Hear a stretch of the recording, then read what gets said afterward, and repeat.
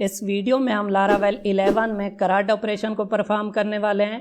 और अगर आपने मेरी लारावेल 11 से रिलेटेड क्रैश कोर्स वाली वीडियो को नहीं देखा, जिसके अंदर मैंने लारावेल 11 को बिल्कुल बेसिक लेवल से कवर किया हुआ है, तो उस वीडियो का लिंक आपको डिस्क्रिप्शन के अंदर मिल जाएगा, आप चेकआउट कर सकते हैं।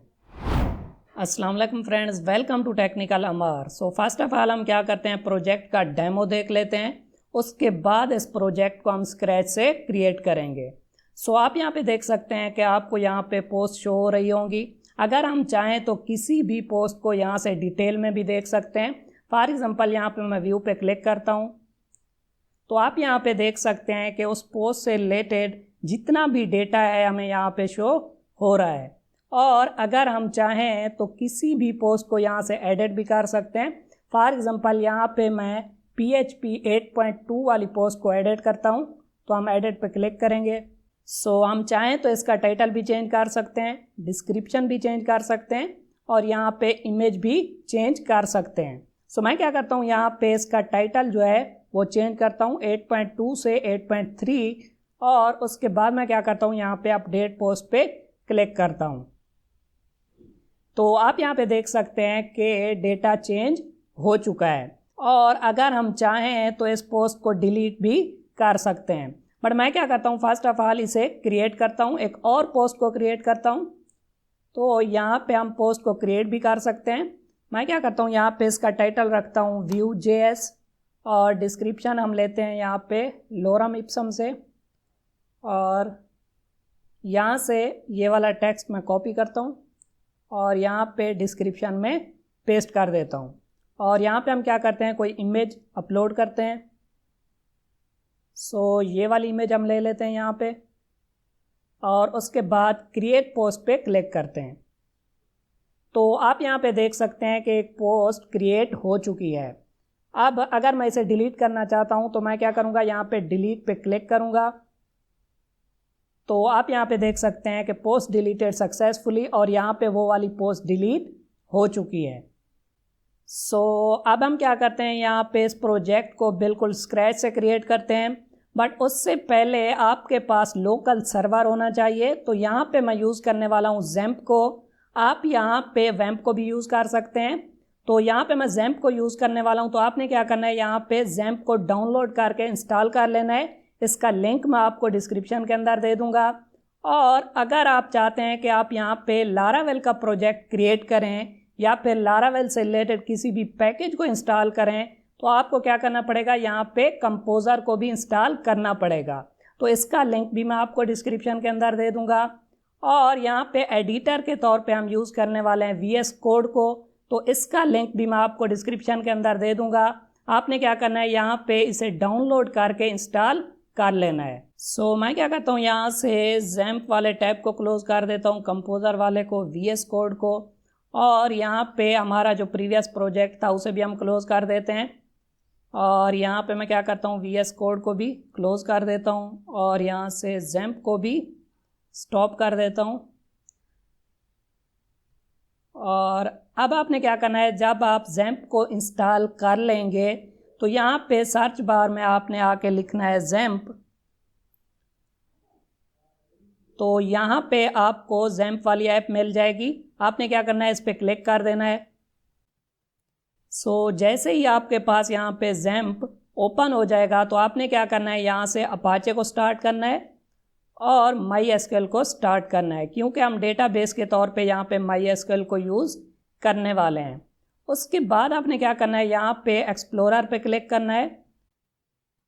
जैसे ही आप एक्सप्लोरर पे क्लिक करेंगे तो ये आपको ज़ैम्प वाले फ़ोल्डर में ले आएगा।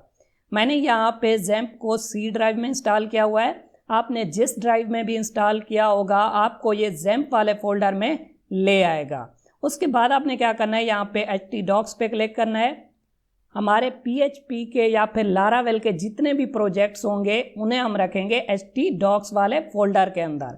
तो यहाँ पे आप लारावेल का प्रोजेक्ट क्रिएट कर सकते हैं, बट मैंने यहाँ पे एक और फोल्डर बनाया हुआ है लारावेल के नेम से। उसके अंदर हम क्या करेंगे, प्रोजेक्ट को इंस्टॉल करेंगे। आप यहाँ पे भी प्रोजेक्ट को इंस्टॉल कर सकते हैं। सो यहाँ पे हम क्या करने वाले हैं, एक फ्रेश प्रोजेक्ट बनाने वाले हैं। सो आपने क्या करना है, यहाँ पे पाथ में इसे रिमूव करके यहाँ पे लिखना है CMD।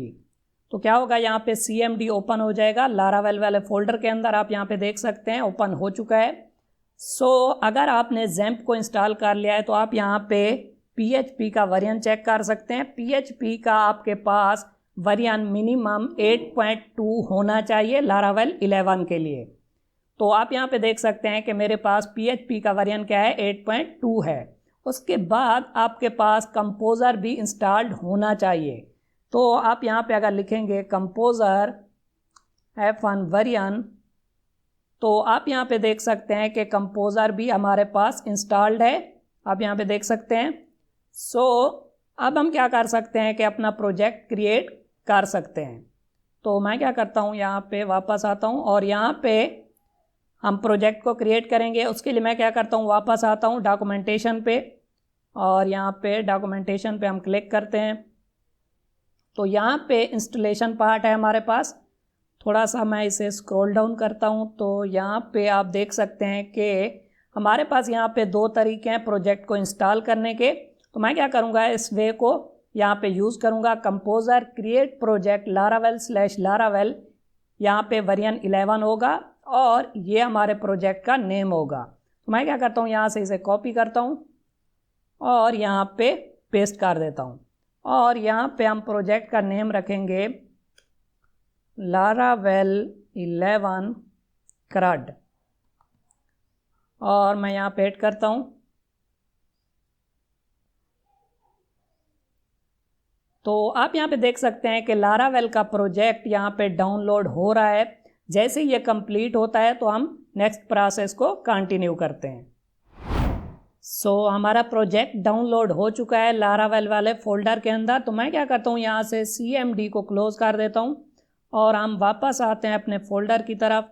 तो यहाँ पे आप देख सकते हैं कि लारावेल 11 CRUD के नेम से एक फ़ोल्डर बन चुका है। अगर मैं इसे ओपन करूँ तो यहाँ पे आप देख सकते हैं कि लारावेल 11 से रिलेटेड जितनी भी फाइल्स एंड फोल्डर्स हैं यहाँ पे हमें देखने को मिल रहे हैं। अब हम क्या करते हैं, इसे VS कोड के अंदर ओपन करते हैं। तो आपने क्या करना है, यहाँ पे राइट क्लिक करना है और ओपन विद कोड पे क्लिक कर देना है।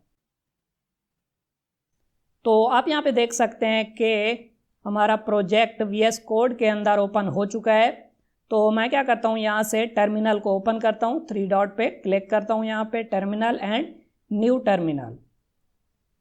लारावेल से रिलेटेड जितनी भी कमांड्स होंगी उन्हें भी हम यहाँ पे VS कोड के अंदर चलाएंगे। तो हमें अलग से CMD को ओपन करने की ज़रूरत नहीं है। तो यहाँ पे मैं क्या करता हूँ, लिखता हूँ PHP आर्टिसन सर्व। तो आप यहाँ पे देख सकते हैं कि सर्वर स्टार्ट हो चुका है स्पोर्ट के ऊपर 8000 पे। मैं क्या करता हूँ, यहाँ पे कंट्रोल प्रेस करके इसे क्लिक करता हूँ तो ये वाला हमारा प्रोजेक्ट ब्राउज़र के अंदर ओपन हो जाएगा। आप यहाँ पे देख सकते हैं कि लारावेल की तरफ से यहाँ पे हमें एक पेज देखने को मिल रहा है। इसका मतलब ये हुआ कि हमने लारावेल 11 को सक्सेसफुली डाउनलोड एंड इंस्टॉल कर लिया और यहाँ पे रन भी करा लिया। यहाँ पे ये वाला जो हमें पेज शो हो रहा है ये कहाँ से आ रहा है, अगर मैं वापस आऊँ यहाँ पे इस फोल्डर के अंदर, रिसोर्स वाले फोल्डर के अंदर, व्यूज़ के अंदर, यहाँ पे welcome.blade.php जो हमारे पास ये वाली फाइल है, इसकी वजह से यहाँ पे हमें ये वाला पेज देखने को मिल रहा है। और अगर मैं यहाँ पे आऊँ राउट्स में web.php के अंदर, तो यहाँ पे हमने एक राउट डिफाइन किया हुआ है कि होम पेज के ऊपर क्या हो, यहाँ पे एक फंक्शन चले और उस फंक्शन के अंदर हमने क्या किया हुआ है, रिटर्न कराया हुआ है एक व्यू को जो कि है वेलकम। तो यहाँ पे ये वाली welcome.blade.php वाली जो फाइल है यहाँ पे हमें रिटर्न होके मिल रही है। तो अब हम क्या करते हैं कि अपने CRUD से रिलेटेड यहाँ पे एक राउट डिफाइन करते हैं। तो मैं क्या करता हूँ, यहाँ पे एक राउट लिखता हूँ गेट और यहाँ पे पोस्ट्स, और यहाँ पे अगर आप चाहें तो फंक्शन को रिटर्न करा सकते हैं या फिर आप क्या कर सकते हैं, यहाँ पे कंट्रोलर को भी रिटर्न करा सकते हैं। कंट्रोलर क्या होता है, मॉडल क्या होता है, व्यू क्या होता है, इसके बारे में मैं काफ़ी डिटेल में समझा चुका हूँ। आप क्या करें, उस वीडियो को लाजमी चेकआउट करें लारावेल 11 क्रैश कोर्स वाली वीडियो को, उसका लिंक मैंने आपको डिस्क्रिप्शन के अंदर दे दिया है, जिसके अंदर मैंने लारावेल को बिल्कुल बेसिक लेवल से कवर किया हुआ है। यहाँ पे दरअसल होता क्या है कि लारावेल MVC फ्रेमवर्क है, यानी कि मॉडल व्यू कंट्रोलर। तो यहाँ पे हमारे पास जितने भी व्यूज़ होंगे वो इस फोल्डर के अंदर होंगे, व्यूज़ वाले फोल्डर के अंदर, और जितनी भी हमने लॉजिक लिखनी होगी वो यहाँ पे होगी कंट्रोलर के अंदर। यहाँ पे ऐप के अंदर HTTP के अंदर कंट्रोलर वाले फोल्डर के अंदर हम क्या करेंगे, यहाँ पे कंट्रोलर बनाएंगे जिसके अंदर हम लॉजिकल काम करेंगे, और डेटाबेस से रिलेटेड जितना भी हमारा काम होगा वो होगा मॉडल्स वाले फोल्डर के अंदर। तो यहाँ पे लारावेल वालों ने क्या किया हुआ है, डिस्ट्रीब्यूट किया हुआ है कि जो भी हमने शो कराना है यूज़र को वो व्यूज़ वाले फोल्डर के अंदर होगा, और जो हमने लॉजिक लिखनी होगी वो कंट्रोलर के अंदर होगी, और डेटाबेस से रिलेटेड जितना भी काम होगा वो मॉडल्स के अंदर होगा। तो इस तरह हम इसे कहते हैं MVC, यानी कि मॉडल जिसमें हम डेटाबेस को हैंडल करेंगे। MV में क्या होगा, व्यू, यानी कि जो भी हम डेटा यूज़ करेंगे और शो कराएंगे यूज़र को वो व्यूज़ में होगा, और C मतलब कंट्रोलर, के जो भी हम लॉजिक लिखेंगे वो कंट्रोलर के अंदर लिखेंगे। तो मैं क्या करूँगा, यहाँ पे ये वाला जैसे ही कोई पाथ एंटर करेगा तो यहाँ पे मैं एक कंट्रोलर को कॉल कराना चाहता हूँ, तो उसके लिए हमें क्या करना पड़ेगा, फर्स्ट ऑफ ऑल कंट्रोलर बनाना पड़ेगा। तो हम क्या करेंगे, यहाँ पे कमांड लाइन का यूज़ करेंगे। सो मैं क्या करता हूँ कि सर्वर को फर्स्ट ऑफ ऑल यहाँ से स्टॉप करता हूँ, Ctrl+C प्रेस करें, तो यहाँ पे सर्वर स्टॉप हो चुका है। मैं क्या करता हूँ, यहाँ पे एक कंट्रोलर बनाता हूँ। तो कमांड लाइन को अगर आप यूज़ करना चाहते हैं तो आप सिंपली यहाँ पे लिखें PHP artisan लिस्ट, तो यहाँ पे आपको एक लिस्ट देखने को मिलेगी।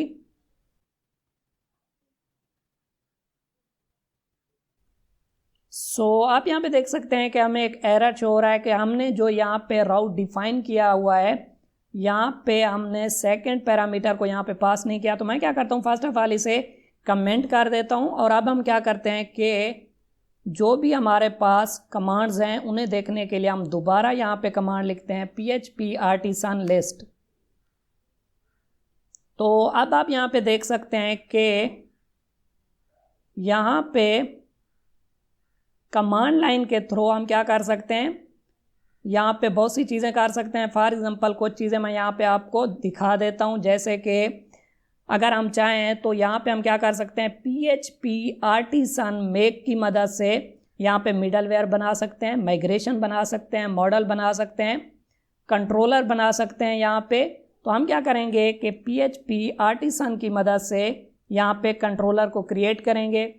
तो मैं क्या करता हूँ, यहाँ से इसे क्लियर करता हूँ, और यहाँ पे हम क्या करेंगे कि कमांड लाइन के थ्रू एक कंट्रोलर बनाएंगे। तो मैं क्या करता हूँ, यहाँ पे लिखता हूँ PHP artisan make कंट्रोलर, और यहाँ पे कंट्रोलर का नाम होगा पोस्ट कंट्रोलर। आप यहाँ पे देख सकते हैं कि कंट्रोलर क्रिएटेड सक्सेसफुली, और यहाँ पे आप देख सकते हैं कि पोस्ट कंट्रोलर यहाँ पे बन चुका है। यहाँ पे पोस्ट कंट्रोलर बन चुका है। मैं वापस आता हूँ web.php के अंदर। अब हम क्या करते हैं, यहाँ पे राउट डिफाइन करते हैं कि जैसे ही यूज़र लिखेगा पोस्ट URL के अंदर तो यहाँ पे एक कंट्रोलर चलेगा। तो यहाँ पे हम एक एरे को यूज़ करेंगे और यहाँ पे लिखेंगे कंट्रोलर का नेम पोस्ट कंट्रोलर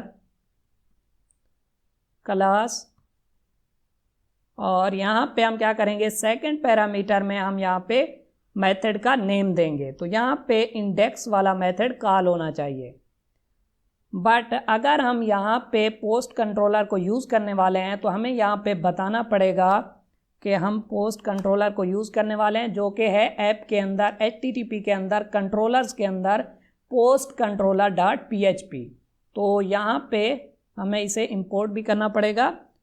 ऐप के अंदर HTTP के अंदर कंट्रोलर्स के अंदर हमारी फाइल कौन सी है, पोस्ट कंट्रोलर। तो अब हमने इसे इंपोर्ट भी करा लिया। तो अब अगर मैं वापस आऊँ पोस्ट कंट्रोलर के अंदर तो यहाँ पे हमें क्या करना पड़ेगा, एक मेथड बनाना पड़ेगा, पब्लिक फंक्शन इंडेक्स और यहाँ पे मैं क्या करता हूँ, सिंपली आप यहाँ पे लॉजिक भी लिख सकते हैं, APIs को भी कॉल करा सकते हैं। सिंपली फ़िलहाल मैं ये करता हूँ कि यहाँ पे रिटर्न करा देता हूँ एक व्यू। सो यहाँ पे हमें व्यू के लिए एक फ़ाइल बनानी पड़ेगी। आप यहाँ पे देख सकते हैं कि व्यूज़ के अंदर हम यहाँ पे व्यूज़ वाली फ़ाइल को बनाएंगे। तो यहाँ पे मैं डायरेक्टली फ़ाइल को नहीं बनाता, बल्कि एक फ़ोल्डर बना लेता हूँ पोस्ट्स के नाम से। उसके अंदर हम क्या करेंगे, हमारे प्रोजेक्ट से रिलेटेड जितने भी व्यूज़ होंगे वो वाली फाइल्स यहाँ पे रखेंगे। तो मैं क्या करता हूँ, यहाँ पे एक फ़ोल्डर बनाता हूँ व्यूज़ के अंदर पोस्ट्स के नाम से, और इसके अंदर हम क्या करेंगे, पोस्ट से रिलेटेड जितनी भी फाइल्स होंगी हम क्या करेंगे, इस फोल्डर के अंदर रखेंगे। तो मैं क्या करता हूँ, यहाँ पे एक फ़ाइल क्रिएट करता हूँ index.blade.php। यहाँ पे लारावेल के अंदर हम सिंपली ये नहीं लिखेंगे index.php, बल्कि यहाँ पे लारावेल क्या करता है कि ब्लेड टेम्पलेटिंग इंजन को यूज़ करता है। इसलिए हमें क्या करना पड़ेगा, यहाँ पे एक्सटेंशन के तौर पे लिखना पड़ेगा .blade.php। तो यहाँ पे मैं क्या करता हूँ, एक सिंपल HTML की फ़ाइल बना लेता हूँ, और यहाँ पे हम एक हेडिंग देते हैं पोस्ट्स, और यहाँ पे मैं क्या करता हूँ कि टाइटल को चेंज करता हूँ ब्लॉग पोस्ट्स। और अब अगर मैं कंट्रोलर में वापस आऊँ तो यहाँ पे मैं क्या करता हूँ, रिटर्न कराता हूँ एक व्यू।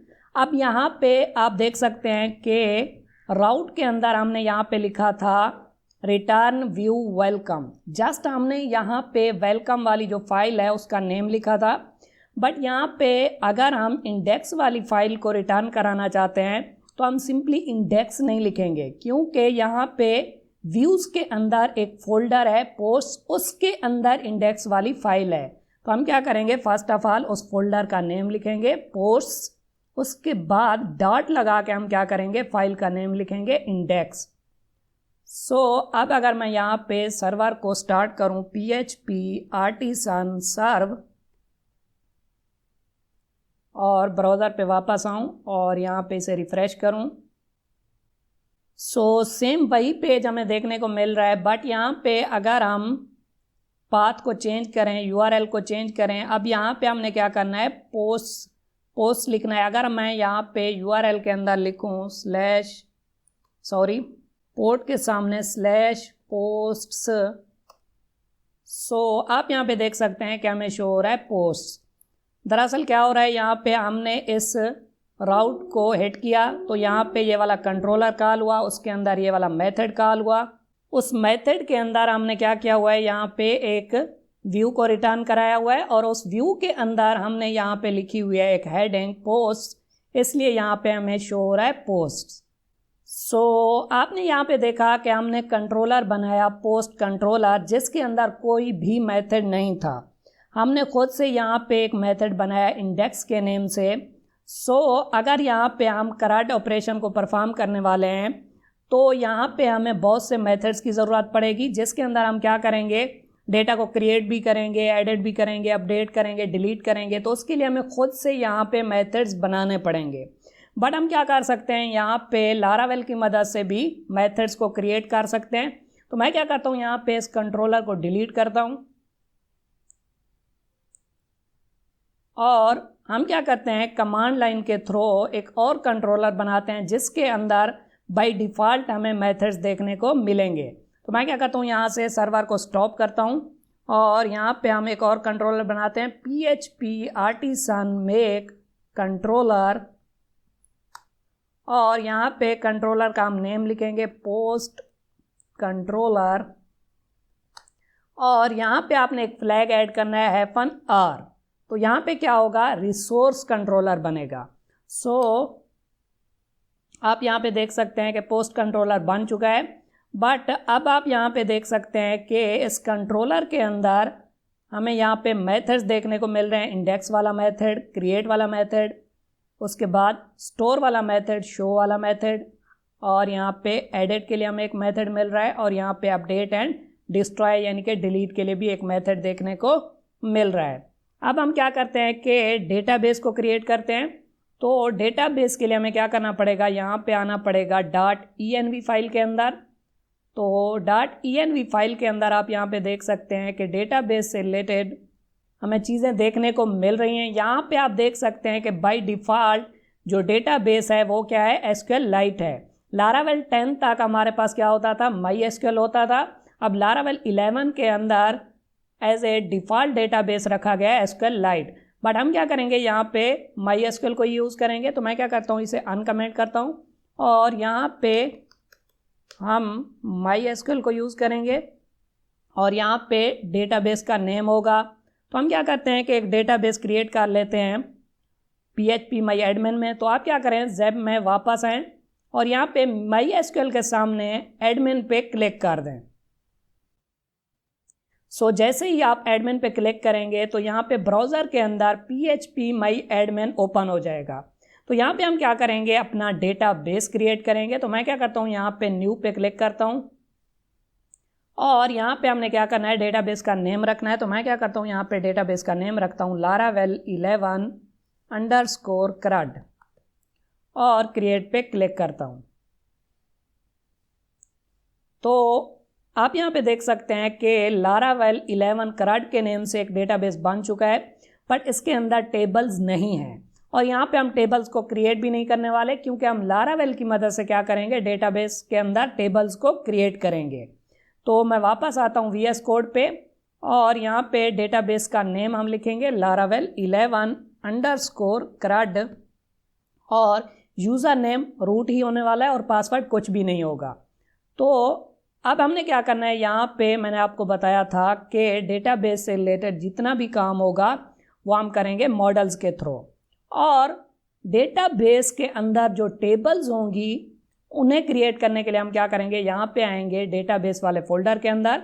यहाँ पे माइग्रेशंस के अंदर हमारे पास टेबल्स को क्रिएट करने का ऑप्शन होता है। तो यहाँ पे आप देख सकते हैं कि बाय डिफ़ॉल्ट कुछ टेबल्स हमें यहाँ पे देखने को मिल रही हैं, यूज़र्स, कैशे, जॉब्स। तो हम क्या करेंगे, यहाँ पे पोस्ट से रिलेटेड जो भी टेबल होगी हमारी यहाँ पे हम क्रिएट करेंगे। तो उसके लिए हमें क्या करना पड़ेगा, हम कमांड लाइन के थ्रू क्या करते हैं, यहाँ पे एक मॉडल क्रिएट करते हैं और टेबल भी क्रिएट करते हैं। तो हमें यहाँ पे लिखना पड़ेगा PHP artisan make मॉडल और यहाँ पे मॉडल का नेम। मॉडल का नेम हम यहाँ पे रखते हैं पोस्ट, और अगर आप चाहते हैं कि मॉडल क्रिएट होते वक्त ही टेबल भी क्रिएट हो जाए, यानी कि माइग्रेशन भी क्रिएट हो जाए, तो आप क्या करें, यहाँ पे एक फ्लैग ऐड करें F1M। तो क्या होगा, यहाँ पे मॉडल तो क्रिएट होगा ही होगा, यहाँ पे उसकी माइग्रेशन भी क्रिएट हो जाएगी। मैं क्या करता हूँ, एंटर प्रेस करता हूँ। तो आप यहाँ पे देख सकते हैं कि एक माइग्रेशन क्रिएट हुई, create _ posts _ table के नेम से, और यहाँ पे एक मॉडल क्रिएट हुआ post.php के नेम से। एक चीज़ आप यहाँ पे ध्यान में रखें कि जो हमारे मॉडल का नेम होगा वो क्या होगा, सिंगुलर होगा, जैसे कि यहाँ पे पोस्ट, और जो माइग्रेशन का नेम होगा वो प्लूरल होगा, पोस्ट्स। इसी तरह अगर यहाँ पे हमारा मॉडल होता कैटेगरी, तो यहाँ पे माइग्रेशन क्या होती, कैटेगरीज। ओके हो गया। तो यहाँ पे अगर हमारा मॉडल होता स्टूडेंट, तो यहाँ पे माइग्रेशन क्या होती, स्टूडेंट्स। तो या ऐसे हमने क्या किया, मॉडल भी क्रिएट कर लिया और माइग्रेशन को भी क्रिएट कर लिया। और अगर आप चाहते हैं कि मॉडल, माइग्रेशन एंड कंट्रोलर तीनों चीज़ें आप एक ही साथ क्रिएट करें कमांड लाइन के थ्रू, तो वो भी आप कर सकते हैं। मैं क्या करता हूँ, यहाँ से इसे डिलीट करता हूँ और यहाँ पे माइग्रेशन को भी हम क्या करते हैं, डिलीट कर देते हैं। तो डेटाबेस के अंदर इस माइग्रेशन को भी मैं क्या करता हूँ, यहाँ से डिलीट कर देता हूँ। और अगर हम वापस आएँ तो हम यहाँ पे कंट्रोलर को भी डिलीट कर देते हैं। अगर आप यहाँ पे CRUD ऑपरेशन को परफॉर्म करने वाले हैं, आप क्या कर सकते हैं, इन तीनों चीज़ों को एक ही साथ क्रिएट कर सकते हैं। मैं क्या करता हूँ, यहाँ पे लिखता हूँ PHP artisan make मॉडल, और उसके बाद हम क्या करेंगे, यहाँ पे मॉडल का नेम लिखेंगे जो कि होगा पोस्ट। उसके बाद आपने क्या करना है, यहाँ पे एक फ्लैग ऐड करना है F1M। अगर आप यहाँ पे M लिखेंगे तो क्या होगा, मॉडल के साथ साथ यहाँ पे माइग्रेशन भी क्रिएट हो जाएगी, और हमने क्या करना है, साथ ही में कंट्रोलर को भी क्रिएट करना है। तो उसके लिए हम क्या करेंगे, यहाँ पे लिखेंगे सी, तो यहाँ पे कंट्रोलर भी क्रिएट हो जाएगा। बट हमने क्या करना है, यहाँ पे सिंपल कंट्रोलर को क्रिएट नहीं करना, बल्कि हम यहाँ पे रिसोर्स कंट्रोलर को क्रिएट करेंगे, जिसके अंदर क्या होगा, बाय डिफ़ॉल्ट हमें मेथड्स भी देखने को मिलेंगे। तो हम यहाँ पे सी नहीं लिखेंगे बल्कि लिखेंगे RC, यानी कि रिसोर्स कंट्रोलर।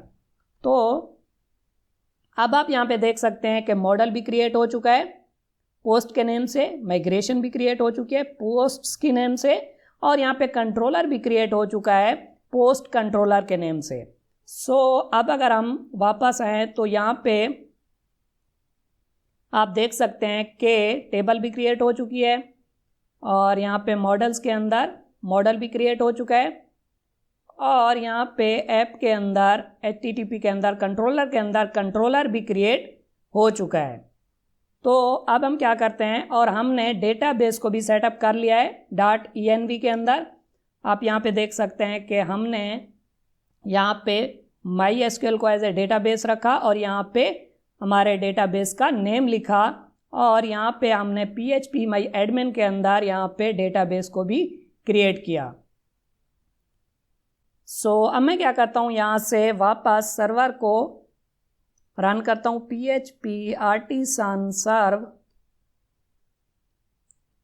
और हम क्या करते हैं, यहाँ से env फाइल को क्लोज कर देते हैं, और यहाँ से हमारी एप्लीकेशन स्टार्ट होगी। तो यहाँ पे क्या होगा, हमने एक राउट लिखा पोस्ट, और यहाँ पे पोस्ट कंट्रोलर को हमने कॉल किया, जिसके अंदर इंडेक्स मेथड को हमने कॉल किया।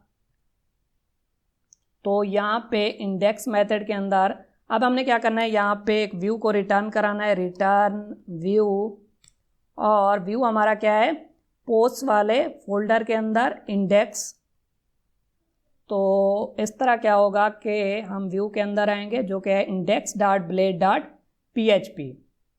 तो यहाँ पे मैं क्या करता हूँ कि स्टाइलिंग के लिए बूटस्ट्रैप को ऐड कर लेता हूँ, और आप यहाँ पे CSS का कोई भी फ्रेमवर्क यूज़ कर सकते हैं, टेलमेंट को भी आप यूज़ कर सकते हैं, बट यहाँ पे मैं बूटस्ट्रैप को ऐड करने वाला हूँ ताकि हम यहाँ पे रैपिडली काम कर सकें। तो मैं क्या करता हूँ, यहाँ पे लिखता हूँ getbootstrap.com, और यहाँ से हम क्या करेंगे, इसका CDN यूज़ करेंगे। तो यहाँ पे मैं डॉक्स में जाता हूँ, और यहाँ से मैं क्या करता हूँ, स्क्रॉल डाउन करता हूँ, और यहाँ पे हमें CDN देखने को मिल रहा है। मैं क्या करता हूँ, यहाँ से CSS का जो लिंक है इसे कॉपी करता हूँ, और यहाँ पे index.blade.php के अंदर यहाँ पे एक कमेंट लिखता हूँ, बूटस्ट्रैप CSS, और यहाँ पे हम एक लिंक ऐड करेंगे, और यहाँ पे वो वाला लिंक मैं क्या करता हूँ, पेस्ट कर देता हूँ, जो कि हमने बूटस्ट्रैप से यहाँ से कॉपी किया था।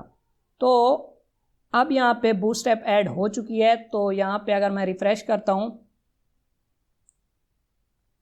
तो यहाँ पे आप देख सकते हैं कि हमें एक एरर देखने को मिल रहा है, SQL state general unknown coalition UTF-8 MB409। तो यहाँ पे क्या हो रहा है, दरअसल मैंने आपको बताया था कि लारावेल क्या करता है, यहाँ पे बाय डिफ़ॉल्ट SQLite को यूज़ करता है, बट लारावेल 10 तक क्या होता था कि MySQL को यूज़ किया जाता था। तो उससे रिलेटेड हमें यहाँ पे एक एरर देखने को मिल रहा है। मैं वापस आता हूँ यहाँ पे PHP MyAdmin पे, और यहाँ पे लारावेल 11 CRUD वाले डेटाबेस को क्लिक करता हूँ, और यहाँ पे अगर हम आएँ ऑपरेशंस के अंदर, तो यहाँ पे हमें यहाँ पे एक ऑप्शन मिलता है कोलेशन का। तो यहाँ पे आप देख सकते हैं कि जो हमें एरर आ रहा है वो कोलेशन से रिलेटेड है। दरअसल लारावेल में आई थिंक कि मैं वापस आता हूँ, यहाँ पे आपने आना है कन्फिग के अंदर। यहाँ पे आपको एक फ़ाइल मिलेगी database.php के नेम से। यहाँ पे आप देख सकते हैं कि बाय डिफ़ॉल्ट SQLite को यूज़ किया हुआ है, बट हम यहाँ पे MySQL को यूज़ करने वाले हैं। तो यहाँ पे जो कोलेशन है, यहाँ पे आप देख सकते हैं कोलेशन क्या है, UTF-8 MB40900, ये वाली कोलेशन है। बट यहाँ पे MySQL के अंदर यहाँ पे हम यूज़ कर रहे हैं कोलेशन कौन सी, ये वाली। तो मैं क्या करता हूँ, इसी को यहाँ से कॉपी कर लेता हूँ, यहाँ से, और यहाँ पे database.php के अंदर इसे रिप्लेस कर देता हूँ, और हम क्या करते हैं, सर्वर को क्लोज करते हैं और दोबारा स्टार्ट करते हैं PHP आर्टिसन सर्व, और वापस हम आते हैं ब्राउज़र पे और इसे रिफ़्रेश करते हैं। अब हमें यहाँ पे देखने को मिल रहा है base table or view not found, और यहाँ पे अगर हम वापस आएँ तो हमने माइग्रेशंस को रन नहीं किया। तो यहाँ पे जो हमने टेबल क्रिएट की थी पोस्ट, उसे हमने रन नहीं किया। तो मैं क्या करता हूँ, यहाँ पे जो भी फील्ड्स हैं उन्हें क्रिएट कर लेता हूँ। तो एक पोस्ट के अंदर कौन कौन सी फील्ड होने वाली हैं, तो यहाँ पे टेबल, और यहाँ पे स्ट्रिंग, और यहाँ पे एक तो हमारा होने वाला है टाइटल, और इसी को मैं कॉपी पेस्ट करता हूँ, और यहाँ पे एक और फील्ड होने वाली है डिस्क्रिप्शन, और यहाँ पे एक और फील्ड होने वाली है इमेज। और यहाँ पे डिस्क्रिप्शन के अंदर क्योंकि टेक्स्ट ज़्यादा हो सकता है, अगर हम यहाँ पे स्ट्रिंग को यूज़ करते हैं तो स्ट्रिंग के अंदर हम जस्ट 255 कैरेक्टर्स को ले सकते हैं। तो यहाँ पे मैं क्या करता हूँ, टेक्स्ट को यूज़ करता हूँ, तो इसके अंदर हम ज़्यादा टेक्स्ट ले सकेंगे। अब मैं क्या करता हूँ, यहाँ पे इसे क्लोज करता हूँ सर्वर को, और हम क्या करते हैं कि इस टेबल को ऐड करवाते हैं अपने डेटाबेस के अंदर। यहाँ पे आप देख सकते हैं कि डेटाबेस के अंदर कोई भी टेबल्स नहीं हैं। हमने यहाँ पे जो माइग्रेशंस रखी हुई हैं by default, users, cache, jobs, और ये वाली हमने जो माइग्रेशन क्रिएट की पोस्ट, ये वाली टेबल्स हम यहाँ पे डेटाबेस के अंदर ऐड करेंगे। तो उसके लिए हमें एक कमांड चलानी पड़ेगी, PHP आर्टिसन माइग्रेट। अब आप यहाँ पे देख सकते हैं कि टेबल्स क्रिएट हो चुकी हैं। अगर यहाँ पे हम PHP माई एडमिन के अंदर आएँ तो मैं क्या करता हूँ, इसे यहाँ से रिफ़्रेश करता हूँ, और यहाँ पे हम आते हैं लारावेल 11 कराड के अंदर। आप देख सकते हैं कि यहाँ पे टेबल्स आ चुकी हैं, यहाँ पे पोस्ट वाली टेबल भी आ चुकी है, और जो बाय डिफ़ॉल्ट हमारे पास माइग्रेशंस थी वो भी यहाँ पे शो हो रही हैं। अब मैं क्या करता हूँ, यहाँ से सर्वर को दोबारा स्टार्ट करता हूँ PHP आर्टिसन सर्व, और हम वापस आते हैं अपनी एप्लीकेशन पे, और मैं क्या करता हूँ, इसे रिफ़्रेश करता हूँ। तो अब आप यहाँ पे देख सकते हैं कि हमें कोई भी एरर देखने को नहीं मिल रहा। अब मैं क्या करता हूँ, यहाँ पे बूटस्ट्रैप का यूज़ करते हुए एक लेआउट क्रिएट करता हूँ index.blade.php के अंदर। तो यहाँ पे क्या होगा कि हम एक कंटेनर बनाएंगे और .my5, और उसके अंदर हम क्या करेंगे, एक रो क्रिएट करेंगे। उसके अंदर हम क्या करेंगे कि 4 कॉलम्स को रखेंगे नेव बार के लिए, यानी कि साइड बार के लिए, और 8 कॉलम्स में हम क्या करेंगे, अपना डेटा शो कराएंगे। तो मैं क्या करता हूँ, यहाँ पे कॉल MD4 लिखता हूँ, और यहाँ पे हम क्या करेंगे, साइड बार को क्रिएट करेंगे। तो साइड बार के लिए मैं क्या करता हूँ, यहाँ पे एक लिस्ट क्रिएट कर लेता हूँ .list group, और उसके अंदर क्या होगा .list group atom, और यहाँ पे हम एक लिंक ऐड करेंगे, और यहाँ पे हम लिखते हैं पोस्ट्स, और यहाँ पे मैं लिखूँगा पोस्ट्स। और उसके बाद हम क्या करते हैं, यहाँ पे एक और लिंक ऐड करते हैं, और यहाँ पे मैं लिखता हूँ क्रिएट पोस्ट्स या फिर क्रिएट पोस्ट। और यहाँ पे अगर मैं वापस आऊँ और इसे रिफ़्रेश करूँ तो आप यहाँ पे देख सकते हैं कि साइड बार बन चुका है पोस्ट एंड क्रिएट पोस्ट्स। और अब मैं क्या करता हूँ, ये जो 8 वाला हमारा कॉलम होगा, यानी कि 4 के बाद .call MD8, इसके अंदर मैं क्या करता हूँ, यहाँ पे एक कार्ड बनाता हूँ .card default। ये सारी क्लासेस किसकी हैं, बूटस्ट्रैप की हैं। तो यहाँ पे आप CSS को भी यूज़ कर सकते हैं, टेलविंड को भी यूज़ कर सकते हैं, बट यहाँ पे मैं बूटस्ट्रैप को यूज़ करने वाला हूँ ताकि हमारा काम रैपिडली हो सके। तो यहाँ पे हमने क्या किया, एक कार्ड बनाया, और उसके अंदर क्या होगा, हमारा एक हेडर होगा, कार्ड हेडर के नेम से, कार्ड हेडर। और यहाँ पे मैं क्या करता हूँ, लिखता हूँ पोस्ट्स अब अगर मैं वापस आऊँ यहाँ पे, बल्कि मैं क्या करता हूँ यहाँ पे हेडर के बाद कार्ड बॉडी बना लेता हूँ। अब अगर हम वापस आएँ और इसे रिफ़्रेश करें तो यहाँ पे आप देख सकते हैं कि 8 वाले कॉलम के अंदर हमें एक कार्ड शो हो रहा है और यहाँ पे लिखा हुआ है पोस्ट, और यहाँ पे इसकी बॉडी के अंदर हम क्या करेंगे, पोस्ट को शो करवाएंगे। बट हमारे पास कोई भी पोस्ट नहीं है। पहले हमें क्या करना पड़ेगा, यहाँ से यूज़र जब क्लिक करेगा क्रिएट पोस्ट तो यहाँ पे उसे एक फॉर्म शो होगा, यूज़र वो फॉर्म फिल करेगा यानी कि पोस्ट को क्रिएट करेगा, तो वो पोस्ट जाएगी यहाँ पे डेटाबेस के अंदर, इस पोस्ट वाली टेबल के अंदर।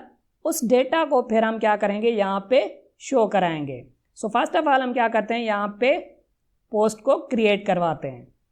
हम वापस आते हैं यहाँ पे VS कोड पे, और यहाँ पे हम क्या करते हैं कि ये जो हमारे पास लिंक है क्रिएट पोस्ट वाला, इसके लिए हम क्या करते हैं, एक पाथ को डिफाइन करते हैं post/create, और मैं क्या करता हूँ यहाँ पे लिखता हूँ /posts/create, और यहाँ पे भी हम क्या करते हैं स्लैश लगा देते हैं। अब हमें क्या करना पड़ेगा, इस पाथ के लिए एक राउट को लिखना पड़ेगा। तो उसके लिए हम क्या करते हैं, वापस आते हैं web.php के अंदर, और यहाँ पे मैं क्या करता हूँ, इसी को कॉपी करके पेस्ट कर देता हूँ, और यहाँ पे हम लिखेंगे post/create, और यहाँ पे एक मेथड को कॉल करेंगे, क्रिएट वाले मेथड को। जैसे ही यूज़र यहाँ पे क्लिक करेगा क्रिएट पोस्ट पे तो ये वाला राउट चलेगा यहाँ पे, और हम जाएंगे यहाँ पे पोस्ट कंट्रोलर के अंदर क्रिएट मेथड पे। तो मैं क्या करता हूँ कि टेबल वाले को यहाँ से क्लोज करके पोस्ट कंट्रोलर के अंदर हम आते हैं, और यहाँ पे क्रिएट वाला मेथड कॉल होगा। तो क्रिएट वाले मेथड के अंदर मैं क्या करता हूँ, यहाँ पे रिटर्न कराता हूँ एक व्यू, पोस्ट्स के अंदर क्रिएट वाली फाइल को हम यहाँ से रिटर्न कराते हैं। अगर हम वापस आएँ व्यू के अंदर तो हमें क्या करना पड़ेगा, यहाँ पे इस फोल्डर के अंदर एक फ़ाइल क्रिएट करनी पड़ेगी। तो मैं क्या करता हूँ, यहाँ से एक फ़ाइल को क्रिएट करता हूँ create.blade.php। तो मैं क्या करता हूँ, यहाँ से इंडेक्स वाली को कॉपी करता हूँ और यहाँ पे create.blade.php के अंदर इसे पेस्ट कर देता हूँ। और यहाँ पे अब हमें क्या करना है कि अगर मैं वापस आऊँ ब्राउज़र पे और क्रिएट पोस्ट पे क्लिक करूँ, और यहाँ पे आप देख सकते हैं कि URL चेंज हो चुका है post/create। तो हमने क्या करना है, अब यहाँ पे 8 वाले कॉलम के अंदर यहाँ पे कार्ड की बॉडी के अंदर एक फॉर्म को शो कराना है। तो मैं क्या करता हूँ, वापस आता हूँ create.blade.php पे, और यहाँ पे हम क्या करते हैं, एक फॉर्म को क्रिएट करते हैं। फॉर्म यहाँ पे होगा मेथड उसका पोस्ट, और फॉर्म के अंदर अब हमने क्या करना है, यहाँ पे फील्ड्स को क्रिएट करना है। तो मैं क्या करता हूँ, यहाँ पे मार्जिन बॉटम 3। हम क्या करते हैं, यहाँ पे एक लेबल लगाते हैं, और यहाँ पे हम एक क्लास भी ऐड कर देते हैं, फॉर्म लेबल, लेबल, और यहाँ पे हम लिख देते हैं टाइटल। यहाँ पे अगर मैं वापस आऊँ और यहाँ पे इसे रिफ़्रेश करूँ तो आप यहाँ पे देख सकते हैं कि हमें लेबल शो हो रहा है टाइटल। उसके बाद हम क्या करते हैं, यहाँ पे एक इनपुट फील्ड बनाते हैं जिसकी टाइप हमारे पास क्या होगी, टेक्स्ट होगी। यहाँ पे नेम हम रखते हैं टाइटल, यहाँ पे हम आईडी रखते हैं टाइटल, और यहाँ पे फॉर में भी हम लिखेंगे टाइटल। तो यहाँ पे क्या होगा, हमें नेम लाजमी देना होगा जिसे हम हैंडल करेंगे कंट्रोलर के अंदर। अब अगर मैं वापस आऊँ यहाँ पे और इसे रिफ़्रेश करूँ तो आप यहाँ पे देख सकते हैं कि इनपुट फील्ड हमें शो हो रही है। बट मैं क्या करता हूँ, यहाँ पे एक क्लास ऐड करता हूँ, क्लास फॉर्म कंट्रोल। अब अगर मैं वापस आऊँ और यहाँ से इसे रिफ़्रेश करूँ तो आप यहाँ पे देख सकते हैं कि हमें फील्ड शो हो रही है।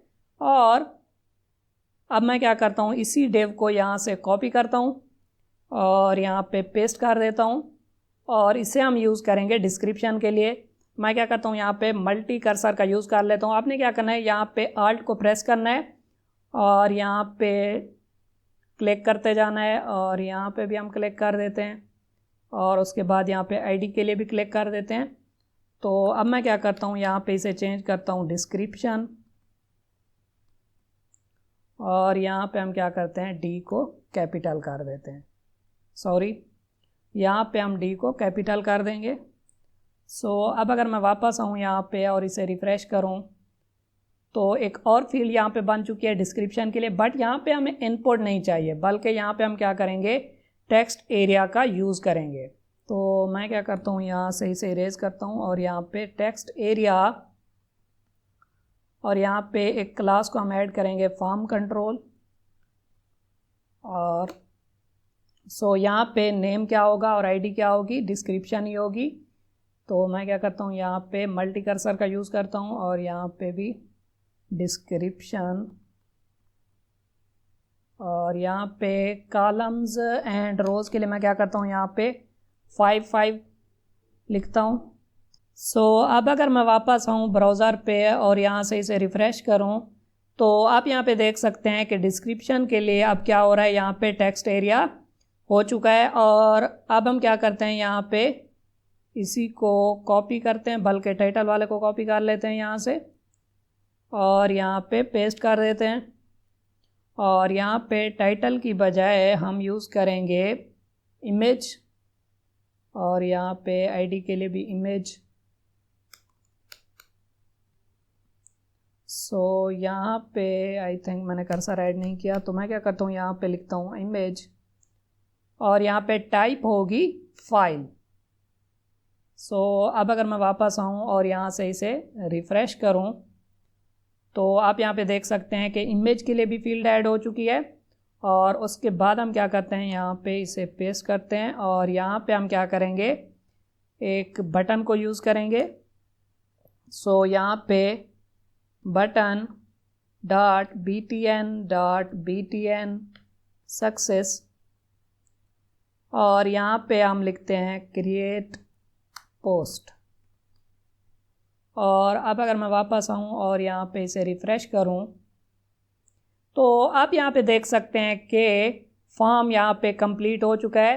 हेडर के अंदर हम क्या लिखते हैं, यहाँ पे लिखेंगे क्रिएट पोस्ट, और यहाँ पे मैं लिखता हूँ create post. So form complete हो चुका है। अब अगर मैं इसे यहाँ से रिफ़्रेश करूँ तो आप यहाँ पे देख सकते हैं क्रिएट पोस्ट। सो अब हमने क्या करना है, ये जो डेटा यूज़र यहाँ से फिल करेगा उसे हमने डेटाबेस के अंदर स्टोर कराना है। तो उसके लिए हम क्या करेंगे, यहाँ पे फॉर्म के लिए एक पाथ लिखेंगे। तो मैं यहाँ पे लिखता हूँ posts/store। तो अब हमें क्या करना पड़ेगा, क्योंकि यहाँ पे हम इमेज को भी साथ में अपलोड करने वाले हैं, तो यहाँ पे हमें एक एट्रीब्यूट पास करना पड़ेगा, int type multi part form data. So अब हमें क्या करना पड़ेगा, ये वाला राउट भी डिफाइन करना पड़ेगा। तो उसके लिए हम क्या करते हैं, web.php पे आते हैं और यहाँ पे एक राउट डिफाइन करते हैं, और यहाँ पे हमारा राउट होने वाला है गेट नहीं बल्कि पोस्ट, और यहाँ पे posts/store, और यहाँ पे मेथड जो हम कॉल करेंगे वो भी होगा स्टोर। सो अब अगर मैं वापस आऊँ पोस्ट कंट्रोलर पे तो यहाँ पे स्टोर वाले मेथड के अंदर यहाँ पे हमें बाय डिफ़ॉल्ट एक क्लास देखने को मिलती है रिक्वेस्ट, जिसका हमें ऑब्जेक्ट यहाँ पे मिलता है रिक्वेस्ट। सो इसकी मदद से हम क्या कर सकते हैं, डेटा को एक्सेस कर सकते हैं जो भी डेटा यूज़र ने फिल किया था। तो मैं क्या करता हूँ, यहाँ पे डंप करता हूँ उस डेटा को। तो रिक्वेस्ट के अंदर जितनी भी हमारे पास फील्ड्स हैं वो सारी यहाँ पे हमें शो होंगी। तो हम क्या करते हैं, यहाँ पे ऑल वाले फंक्शन को कॉल करते हैं, और मैं वापस आता हूँ यहाँ पे ब्राउज़र पे, और डेटा यहाँ से फ़िलहाल मैं क्या करता हूँ, यहाँ पे इसे रिफ़्रेश कर देता हूँ। उसके बाद हम क्या करते हैं, यहाँ पे डमी डेटा ऐड करते हैं, और उसके बाद मैं क्या करता हूँ, यहाँ से इमेज को अपलोड करता हूँ, और उसके बाद हम क्या करते हैं, यहाँ पे क्रिएट पोस्ट पे क्लिक करते हैं। सो आप यहाँ पे देख सकते हैं कि हमें एक एरर देखने को मिल रहा है 419 पेज एक्सपायर्ड। दरअसल ये क्यों हो रहा है, क्योंकि लारावेल बाय डिफ़ॉल्ट यहाँ पे प्रोटेक्शन को ऐड करता है ताकि हैकर्स डेटा पास ना कर पाएँ।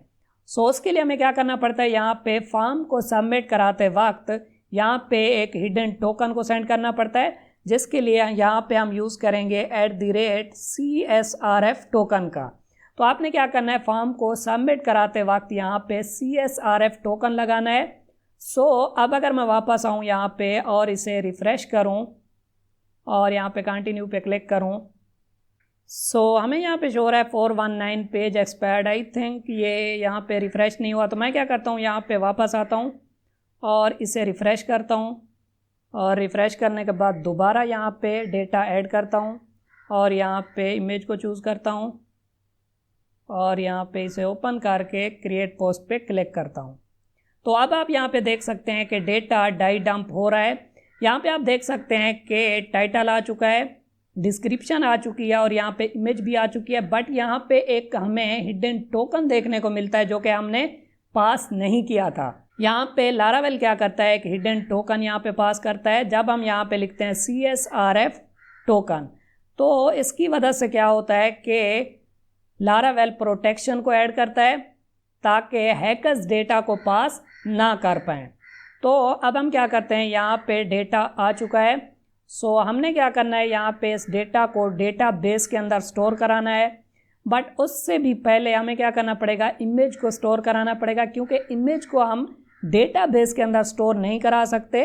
हमें क्या करना पड़ेगा, इमेज को इस फोल्डर के अंदर स्टोर कराना पड़ेगा और उसका जो पाथ होगा उसे हम क्या करेंगे, डेटाबेस के अंदर स्टोर कराएंगे। तो उसके लिए मैं क्या करता हूँ, first of all die dump करता हूँ यहाँ पे इमेज को। तो रिक्वेस्ट, अब हम क्या करते हैं, आल की बजाय यहाँ पे जस्ट इमेज को लेते हैं। यहाँ पे हमें क्या करना पड़ेगा, वो वाला नेम ऐड करना पड़ेगा जो कि फॉर्म के अंदर हमने रखा था। तो आप यहाँ पे देख सकते हैं कि फॉर्म के अंदर हमने इमेज का जो नेम था वो क्या रखा था, इमेज रखा था। तो यहाँ पे हम लिखेंगे इमेज। अब अगर मैं यहाँ पे क्या करूँ कि इसे डाई डंप करूँ, मैं क्या करता हूँ, इसे यहाँ से रिफ़्रेश करता हूँ। आप यहाँ पे देख सकते हैं कि इमेज से रिलेटेड यहाँ पे हमें डेटा देखने को मिल रहा है। अब हमने क्या करना है, यहाँ पे इस इमेज को स्टोर कराना है।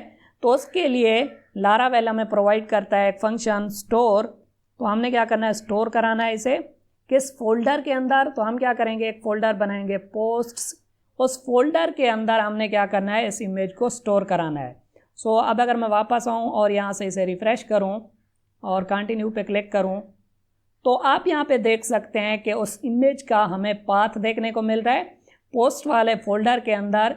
यहाँ पे ये इमेज का नेम होगा जो कि हैश्ड है।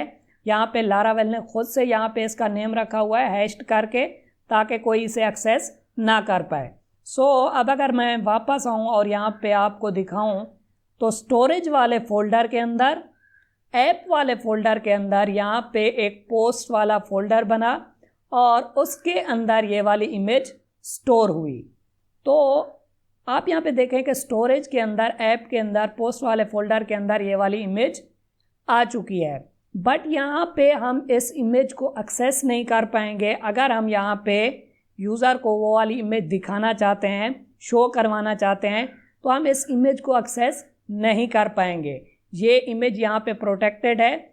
तो अगर हम चाहते हैं कि इस इमेज को हम बाद में शो भी करा पाएँ, तो हमें क्या करना पड़ेगा, इस इमेज को पब्लिक वाले फ़ोल्डर के अंदर रखाना पड़ेगा, तभी हम क्या कर पाएंगे, इसे एक्सेस कर पाएंगे। हमारी इमेजेस, लोगोज़ और यहाँ पे CSS और JS की जितनी भी फाइल्स होंगी वो पब्लिक वाले फ़ोल्डर के अंदर होनी चाहिए, ताकि हम फिर उसे एक्सेस कर पाएँ। तो उसके लिए हमें क्या करना पड़ेगा, यहाँ पे ये जो इमेज है ये लोकल है। हमें क्या करना पड़ेगा, इसे पब्लिक करना पड़ेगा। तो उसके लिए हम क्या करेंगे, आएंगे .env फाइल के अंदर।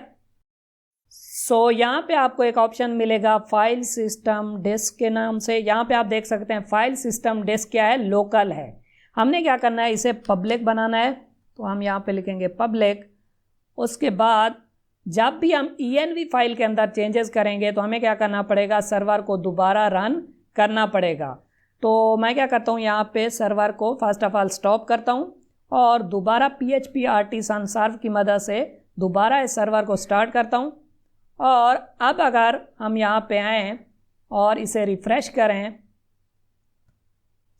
हमें यहाँ पे वो वाला पाथ मिल रहा है। बट अब अगर आप वापस आएँ यहाँ पे स्टोरेज वाले फ़ोल्डर के अंदर, तो यहाँ पे ये जो पोस्ट वाला फ़ोल्डर है ये पहले बना था। अब पब्लिक के अंदर ये वाला पोस्ट वाला फ़ोल्डर बनेगा और उसके अंदर इमेज आएगी। सो इस फोल्डर को मैं क्या करता हूँ, यहाँ से डिलीट कर देता हूँ। सो हम क्या करेंगे, स्टोरेज के अंदर, ऐप के अंदर, पब्लिक के अंदर हमारे पास जो पोस्ट वाला फोल्डर है इसे यूज़ करेंगे। सो अब हम क्या करते हैं, यहाँ पे इमेज हमें मिल चुकी है, बट इस इमेज को हमने ये जो हमारे पास पब्लिक वाला फोल्डर है इसके अंदर शिफ्ट कराना है। तो हम इजीली इसे शिफ्ट करा सकते हैं अगर यहाँ पे स्टोरेज के अंदर पब्लिक वाले फोल्डर के अंदर हम इमेजेस को रखाएंगे। तो इसलिए हमने क्या किया था, यहाँ पे env फाइल के अंदर इसे पब्लिक किया था ताकि स्टोरेज के अंदर पब्लिक वाले फोल्डर के अंदर हमारी इमेजेस आएँ। तो अब हमने क्या करना है, इसे लिंक कराना है इस वाले पब्लिक फोल्डर के अंदर। तो उसके लिए हम क्या करेंगे, सिंपल एक कमांड रन करेंगे। तो मैं क्या करता हूँ, सर्वर को स्टॉप करता हूँ और यहाँ पे php artisan storage link। सो अगर हम ये वाली कमांड चलाएंगे तो स्टोरेज लिंक हो जाएगी किसके साथ, इस पब्लिक वाले फोल्डर के साथ। तो मैं इसे हिट करता हूँ। तो आप यहाँ पे देख सकते हैं कि यहाँ पे लिंक बन चुका है और ये जो हमारे पास स्टोरेज के अंदर पब्लिक के अंदर पोस्ट वाला फोल्डर था, अब हमें ये इस पब्लिक वाले फोल्डर के अंदर भी देखने को मिलेगा। तो आप यहाँ पे देख सकते हैं कि पब्लिक के अंदर एक फ़ोल्डर बना स्टोरेज के नाम से, उसके अंदर पोस्ट के नाम से एक फ़ोल्डर है और उसके अंदर वही इमेज शिफ्ट हो चुकी है। तो हमने यहाँ पे लिंक क्रिएट कर लिया स्टोरेज एंड पब्लिक वाले फ़ोल्डर का। तो अब मैं क्या करता हूँ, दोबारा सर्वर को स्टार्ट करता हूँ और हम वापस आते हैं यहाँ पे। तो अब हमने क्या करना है कि हमने इमेज को स्टोर तो करा लिया, इसके पाथ को हमने डेटाबेस के अंदर स्टोर कराना है। तो हम वापस आते हैं पोस्ट कंट्रोलर के अंदर और यहाँ पे हम क्या करते हैं, ये जो हमें पाथ देखने को मिलेगा उसे मैं क्या करता हूँ, एक वेरिएबल के अंदर स्टोर करा लेता हूँ, इमेज वाले वेरिएबल के अंदर।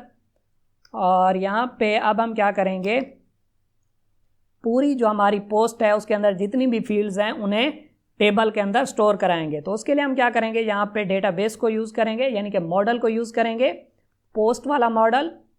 ओके हो गया। मॉडल का कनेक्शन होता है माइग्रेशन के साथ। सो जैसे ही हम यहाँ पे मॉडल लिखेंगे तो उसका ऑटोमेटिकली कनेक्शन माइग्रेशन के साथ होता है यहाँ पे। इसीलिए मैंने आपको कहा था कि हमारे पास जो मॉडल होगा वो सिंगुलर होगा पोस्ट, और जो हमारी माइग्रेशन होगी वो प्लूरल होगी। तो यहाँ पे जैसे ही हम मॉडल को यूज़ करेंगे तो इसका कनेक्शन टेबल के साथ होगा। तो यहाँ पे हम मॉडल को यूज़ करेंगे, पोस्ट वाले मॉडल को, और उसके साथ हमें यहाँ पे एक फंक्शन देखने को मिलता है क्रिएट वाला। सो उसके अंदर अब हमने क्या करना है, डेटा को रखाना है। बट उससे पहले हमें क्या करना पड़ेगा, इस मॉडल को हम यूज़ कर रहे हैं तो इसे इंपोर्ट भी कराना पड़ेगा। तो यहाँ पे आपने लिखना है use app models slash post. तो अब हमने क्या करना है, यहाँ पे लिखना है कि टाइटल के अंदर हमने क्या करना है, रखाना है डेटा जो कि यूज़र ने फिल किया था। यूज़र ने जो डेटा फिल किया था उसे हम रिक्वेस्ट ऑब्जेक्ट की मदद से एक्सेस कर सकते हैं। जैसे यहाँ पे हमने रिक्वेस्ट की मदद से इमेज को एक्सेस किया था और उसे स्टोर कराया था पोस्ट वाले फोल्डर के अंदर। सो इसी तरह हम क्या कर सकते हैं, रिक्वेस्ट में से टाइटल को ले सकते हैं और उसे टेबल के अंदर जो टाइटल है वहाँ पे स्टोर करा सकते हैं। और इसी तरह मैं क्या करता हूँ, इसी को कॉपी करके पेस्ट करता हूँ और यहाँ पे टाइटल की बजाय हम क्या करेंगे, लिखेंगे डिस्क्रिप्शन। और उसके बाद हमने क्या करना है, यहाँ पे इमेज को भी स्टोर कराना है। बट इमेज को हम फोल्डर के अंदर स्टोर करा चुके हैं, उसका जो पाथ होगा वो इस वेरिएबल के अंदर आएगा। तो उसका पाथ हम क्या करेंगे, स्टोर करा लेंगे। तो मैं क्या करता हूँ, इमेज के अंदर स्टोर कराएंगे हम इमेज, जो कि यहाँ पे हमें पाथ मिला था। तो इस तरह क्या होगा, डेटा टेबल के अंदर स्टोर हो जाएगा। सो उसके बाद हम क्या करते हैं, यहाँ पे एक यूज़र को मैसेज शो कराएंगे कि डेटा स्टोर हो चुका है। तो उसके लिए हम क्या करेंगे, सेशन का यूज़ करेंगे, सेशन, और यहाँ पे फ्लैश मैसेज हमने शो कराना है कि हमारे पास होगी सक्सेस, और यहाँ पे मैसेज शो होगा पोस्ट क्रिएटेड सक्सेसफुली, और यहाँ पे जब ये मैसेज शो होगा तो उसके बाद हमने क्या करना है, वापस यूज़र को रीडायरेक्ट करा देना है, रिटर्न रीडायरेक्ट /posts। सो अब अगर मैं वापस आऊँ यहाँ पे और इसे रिफ़्रेश करता हूँ मैं यहाँ से। सो अब हम क्या करते हैं, यहाँ पे डेटा, डमी डेटा डाल देते हैं यहाँ पे, और यहाँ से एक इमेज को चूज़ करते हैं और ओपन करते हैं और यहाँ पे क्रिएट पोस्ट पे क्लिक करते हैं।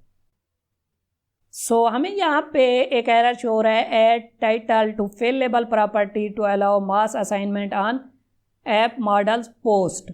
तो यहाँ पे अगेन लारावेल क्या करता है, प्रोटेक्शन प्रोवाइड करता है कि हैकर्स डेटाबेस के अंदर स्टोर ना करा पाएँ। तो उसके लिए हमें क्या करना पड़ता है, यहाँ पे बताना पड़ता है कि कौन कौन सी फील्ड्स को हम टेबल के अंदर सेंड करने वाले हैं। तो उसके लिए हम क्या करेंगे, आएंगे मॉडल के अंदर और यहाँ पे हम लिखेंगे प्रोटेक्टेड फिल लेबल,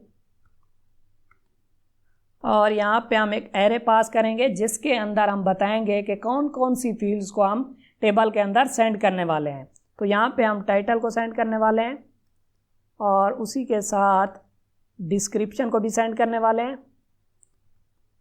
और उसी के साथ हम इमेज को भी सेंड करने वाले हैं। सो अब अगर मैं वापस आऊँ और यहाँ पे बैक आऊँ और मैं क्या करता हूँ, इसे रिफ़्रेश करता हूँ और दोबारा फॉर्म को फिल करता हूँ और यहाँ पे हम इमेज को चूज़ कर लेते हैं और यहाँ पे मैं क्या करता हूँ, क्रिएट पोस्ट पे क्लिक कर देता हूँ। तो अब आप देख सकते हैं कि हम वापस रीडायरेक्ट हुए पोस्ट वाले URL पे। बट अगर मैं यहाँ पे टेबल के अंदर आऊँ और इसे यहाँ से रिफ़्रेश करूँ और यहाँ पे पोस्ट वाली टेबल पे क्लिक करूँ तो आप यहाँ पे देख सकते हैं कि एक डेटा इस टेबल के अंदर ऐड हो चुका है। सो अब हमने क्या करना है, यहाँ पे उस डेटा को शो कराना है। बट यहाँ पे जैसे ही डेटा शो हुआ था तो हमें फ्लैश मैसेज देखने को नहीं मिला था। तो क्रिएट पोस्ट पे मैं क्लिक करता हूँ यहाँ पे। सो यहाँ पे हमने कंट्रोलर से एक फ्लैश मैसेज भेजा था कि पोस्ट क्रिएटेड सक्सेसफुली। तो उस मैसेज को शो कराने के लिए हमें क्या करना पड़ेगा, यहाँ पे कंटेनर के अंदर आके यहाँ पे उस मैसेज को शो कराना पड़ेगा।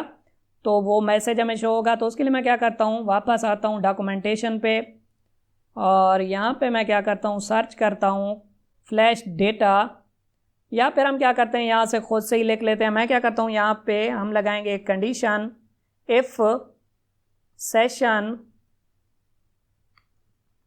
अगर सेशन के अंदर एक की मौजूद है सक्सेस। सो आप यहाँ पे देख सकते हैं कि हमने एक की डिफाइन की थी सक्सेस। सो अगर सेशन के अंदर एक सक्सेस वाली की मौजूद है तो हमने क्या करना है, यहाँ पे एक डिव लिखना है, अलर्ट डॉट अलर्ट सक्सेस। इस डिव के अंदर मैं क्या करता हूँ, उस मैसेज को शो कराता हूँ। तो किसी भी वेरिएबल को अगर आप यहाँ पे शो कराना चाहते हैं डायनेमिकली तो आपको क्या करना पड़ेगा, यहाँ पे डबल करली ब्रैकेट लगानी पड़ेगी। तो इसका मतलब ये होगा कि हम किसी भी वेरिएबल को या डेटा को शो करा रहे हैं। जैसे PHP में हम इको लिखते हैं, इसी तरह यहाँ पे हमें डबल करली ब्रैकेट लगानी पड़ती है। तो यहाँ पे मैं क्या करता हूँ, सेशन में से गेट कर लेता हूँ उस की को, सो सक्सेस। तो अब क्या होगा, उस की के अंदर जो भी डेटा है यहाँ पे शो हो जाएगा। सो अब अगर हम वापस आएँ अपनी एप्लीकेशन पे और मैं क्या करता हूँ, इसे यहाँ से रिफ़्रेश करता हूँ, उसके बाद एक और डेटा यहाँ पे सेंड करता हूँ। तो हम इमेज को यहाँ से चूज़ कर लेते हैं और यहाँ पे क्रिएट पोस्ट पे मैं क्लिक करता हूँ। सो यहाँ पे हमें फ्लैश मैसेज शो नहीं हुआ। दरअसल हमने वापस रीडायरेक्ट किया था यूज़र को पोस्ट वाले URL पे, और यहाँ पे जो हमने सेशन को यूज़ किया हुआ है वो किया हुआ है create.blade.php पे। सो यूज़र वापस रीडायरेक्ट हुआ index.blade.php पे। तो हमें ये वाला मैसेज यहाँ से कट करके index.blade.php के अंदर यहाँ पे कंटेनर के अंदर रखना पड़ेगा।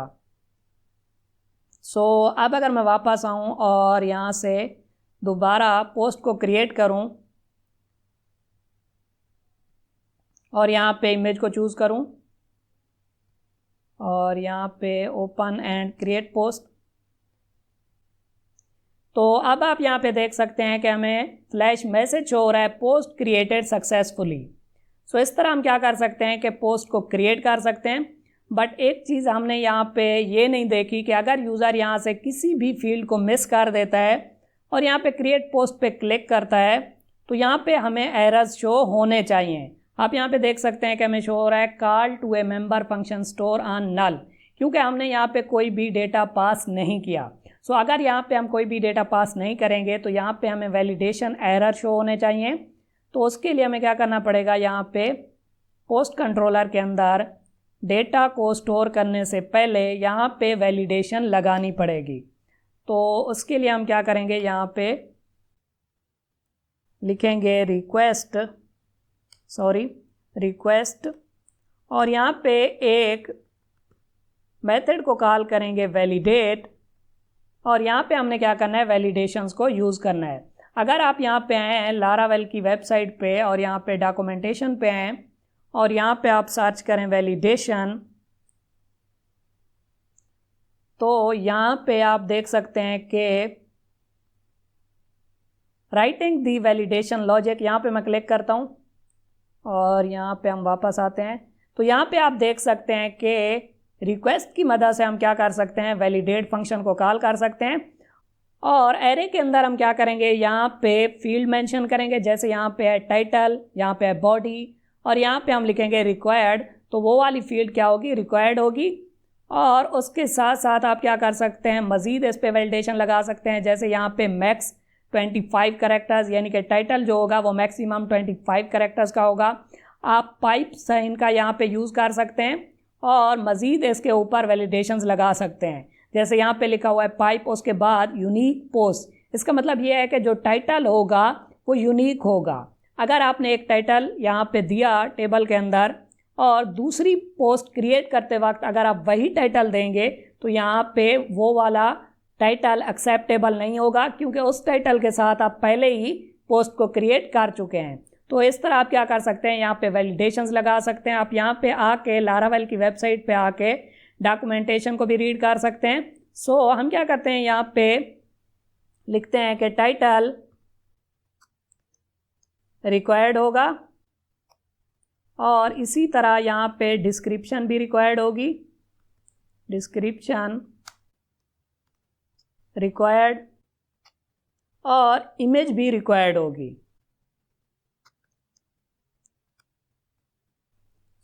अब अगर मैं वापस आऊँ यहाँ पे और यहाँ पे इसे रिफ़्रेश करूँ,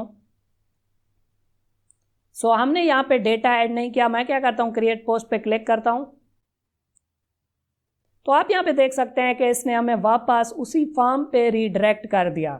यहाँ पे हमें वो एरर शो नहीं हुआ जो कि पहले शो हो रहा था कि हमने स्टोर को फंक्शन को कॉल करते वक्त जो है ना डेटा सेंड नहीं किया, नल है हमारे पास सारा कुछ, तो वो वाला एरर हमें शो नहीं हुआ क्योंकि हमने यहाँ पे वैलिडेशंस को ऐड किया हुआ है। अब अगर हम चाहते हैं कि उन वैलिडेशंस को हम यहाँ पे शो कराएं तो उसके लिए आप क्या कर सकते हैं, यहाँ पे मज़ीद डॉक्यूमेंटेशन को रीड कर सकते हैं। यहाँ पे वैलिडेशन वाली डॉक्यूमेंटेशन को यहाँ पे आप देख सकते हैं, डिस्प्लेइंग द वैलिडेशन एरर्स। मैं क्या करता हूँ, यहाँ पे क्लिक करता हूँ और यहाँ पे आप देख सकते हैं कि हम वैलिडेशन एरर्स को प्रिंट भी करा सकते हैं। तो मैं क्या करता हूँ, इसी को यहाँ से कॉपी कर लेता हूँ और यहाँ पे create.blade.php पे हम आते हैं। यहाँ पे जो हमने फॉर्म शो कराया हुआ है, यहाँ पे टाइटल से पहले हम क्या करते हैं, वैलिडेशन एरर्स को प्रिंट करा देते हैं। तो मैं वापस आता हूँ फॉर्म पे और फॉर्म से पहले यहाँ पे हम क्या करेंगे, वैलिडेशन एरर्स को प्रिंट कराएंगे। तो मैं क्या करता हूँ, कोड को यहाँ से रीअरेंज करता हूँ। क्या होगा, यहाँ पे अगर एरर्स होंगे, इफ़ एरर्स एनी, तो हमने क्या करना है, यहाँ पे एक डिव लेना है अलर्ट डेंजर, यानी कि उसका कलर रेड होगा उसके बाद हमने क्या किया, यहाँ पे एक यूएल ली और यहाँ पे फॉर ईच लूप लगाया कि जितने भी एरर्स हैं उन्हें हमने क्या करना है, 1 बाय 1 यहाँ पे li के अंदर प्रिंट कराना है। सो अब अगर मैं वापस आऊँ यहाँ पे और इसे रिफ़्रेश करूँ और यहाँ पे क्रिएट पोस्ट पे क्लिक करूँ तो आप यहाँ पे देख सकते हैं कि हमें एरर्स शो हो रहे हैं। Title field is required, description field is required, the image field is required. और अगर आप चाहें तो इन्हें 1 बाय 1 यहाँ पे जो हमारे पास इनपुट है टाइटल वाली, इसके नीचे टाइटल वाला, डिस्क्रिप्शन के नीचे डिस्क्रिप्शन वाला एरर, इस तरह भी शो करा सकते हैं। तो उसके लिए आपको क्या करना पड़ेगा, मैं क्या करता हूँ, इसे यहाँ से कमेंट करता हूँ और हम आते हैं यहाँ पे इनपुट के नीचे, यहाँ पे हमें लगानी पड़ेगी एक कंडीशन, इफ़ हमारे पास जो एरर्स हैं उनके अंदर अगर टाइटल वाला एरर मौजूद है तो हमने क्या करना है, यहाँ पे एंड इफ तो यहाँ पे हम क्या करेंगे, उसे शो कराएंगे। तो मैं क्या करता हूँ, यहाँ पे एक पैराग्राफ लेता हूँ और यहाँ पे मैं एक क्लास ले लेता हूँ डेंजर वाली, टेक्स्ट डेंजर, ताकि रेड कलर में हमें टेक्स्ट शो हो और यहाँ पे हम क्या करते हैं, उस एरर को प्रिंट करा देते हैं। तो एरर्स, और यहाँ पे हम क्या करते हैं, फर्स्ट ऑफ ऑल हमें यहाँ पे शो करा दो कौन सा एरर, टाइटल वाला। सो यहाँ पे अगर टाइटल वाला एरर मौजूद है तो हमने क्या करना है, यहाँ पे उसे शो कराना है। सो अब अगर मैं वापस आऊँ और इसे यहाँ से रिफ़्रेश करूँ और यहाँ पे क्रिएट पोस्ट पे क्लिक करूँ तो आप यहाँ पे देख सकते हैं कि हमें शो हो रहा है टाइटल फील्ड इज़ रिक्वायर्ड। तो मैं क्या करता हूँ, इसी को यहाँ से कॉपी करता हूँ और यहाँ पे टेक्स्ट एरिया के नीचे पेस्ट कर देता हूँ और यहाँ पे हम क्या करेंगे, टाइटल की बजाय लिखेंगे डिस्क्रिप्शन और यहाँ पे मैं क्या करता हूँ, इसे इमेज के नीचे भी पेस्ट कर देता हूँ और यहाँ पे हम लिखेंगे इमेज।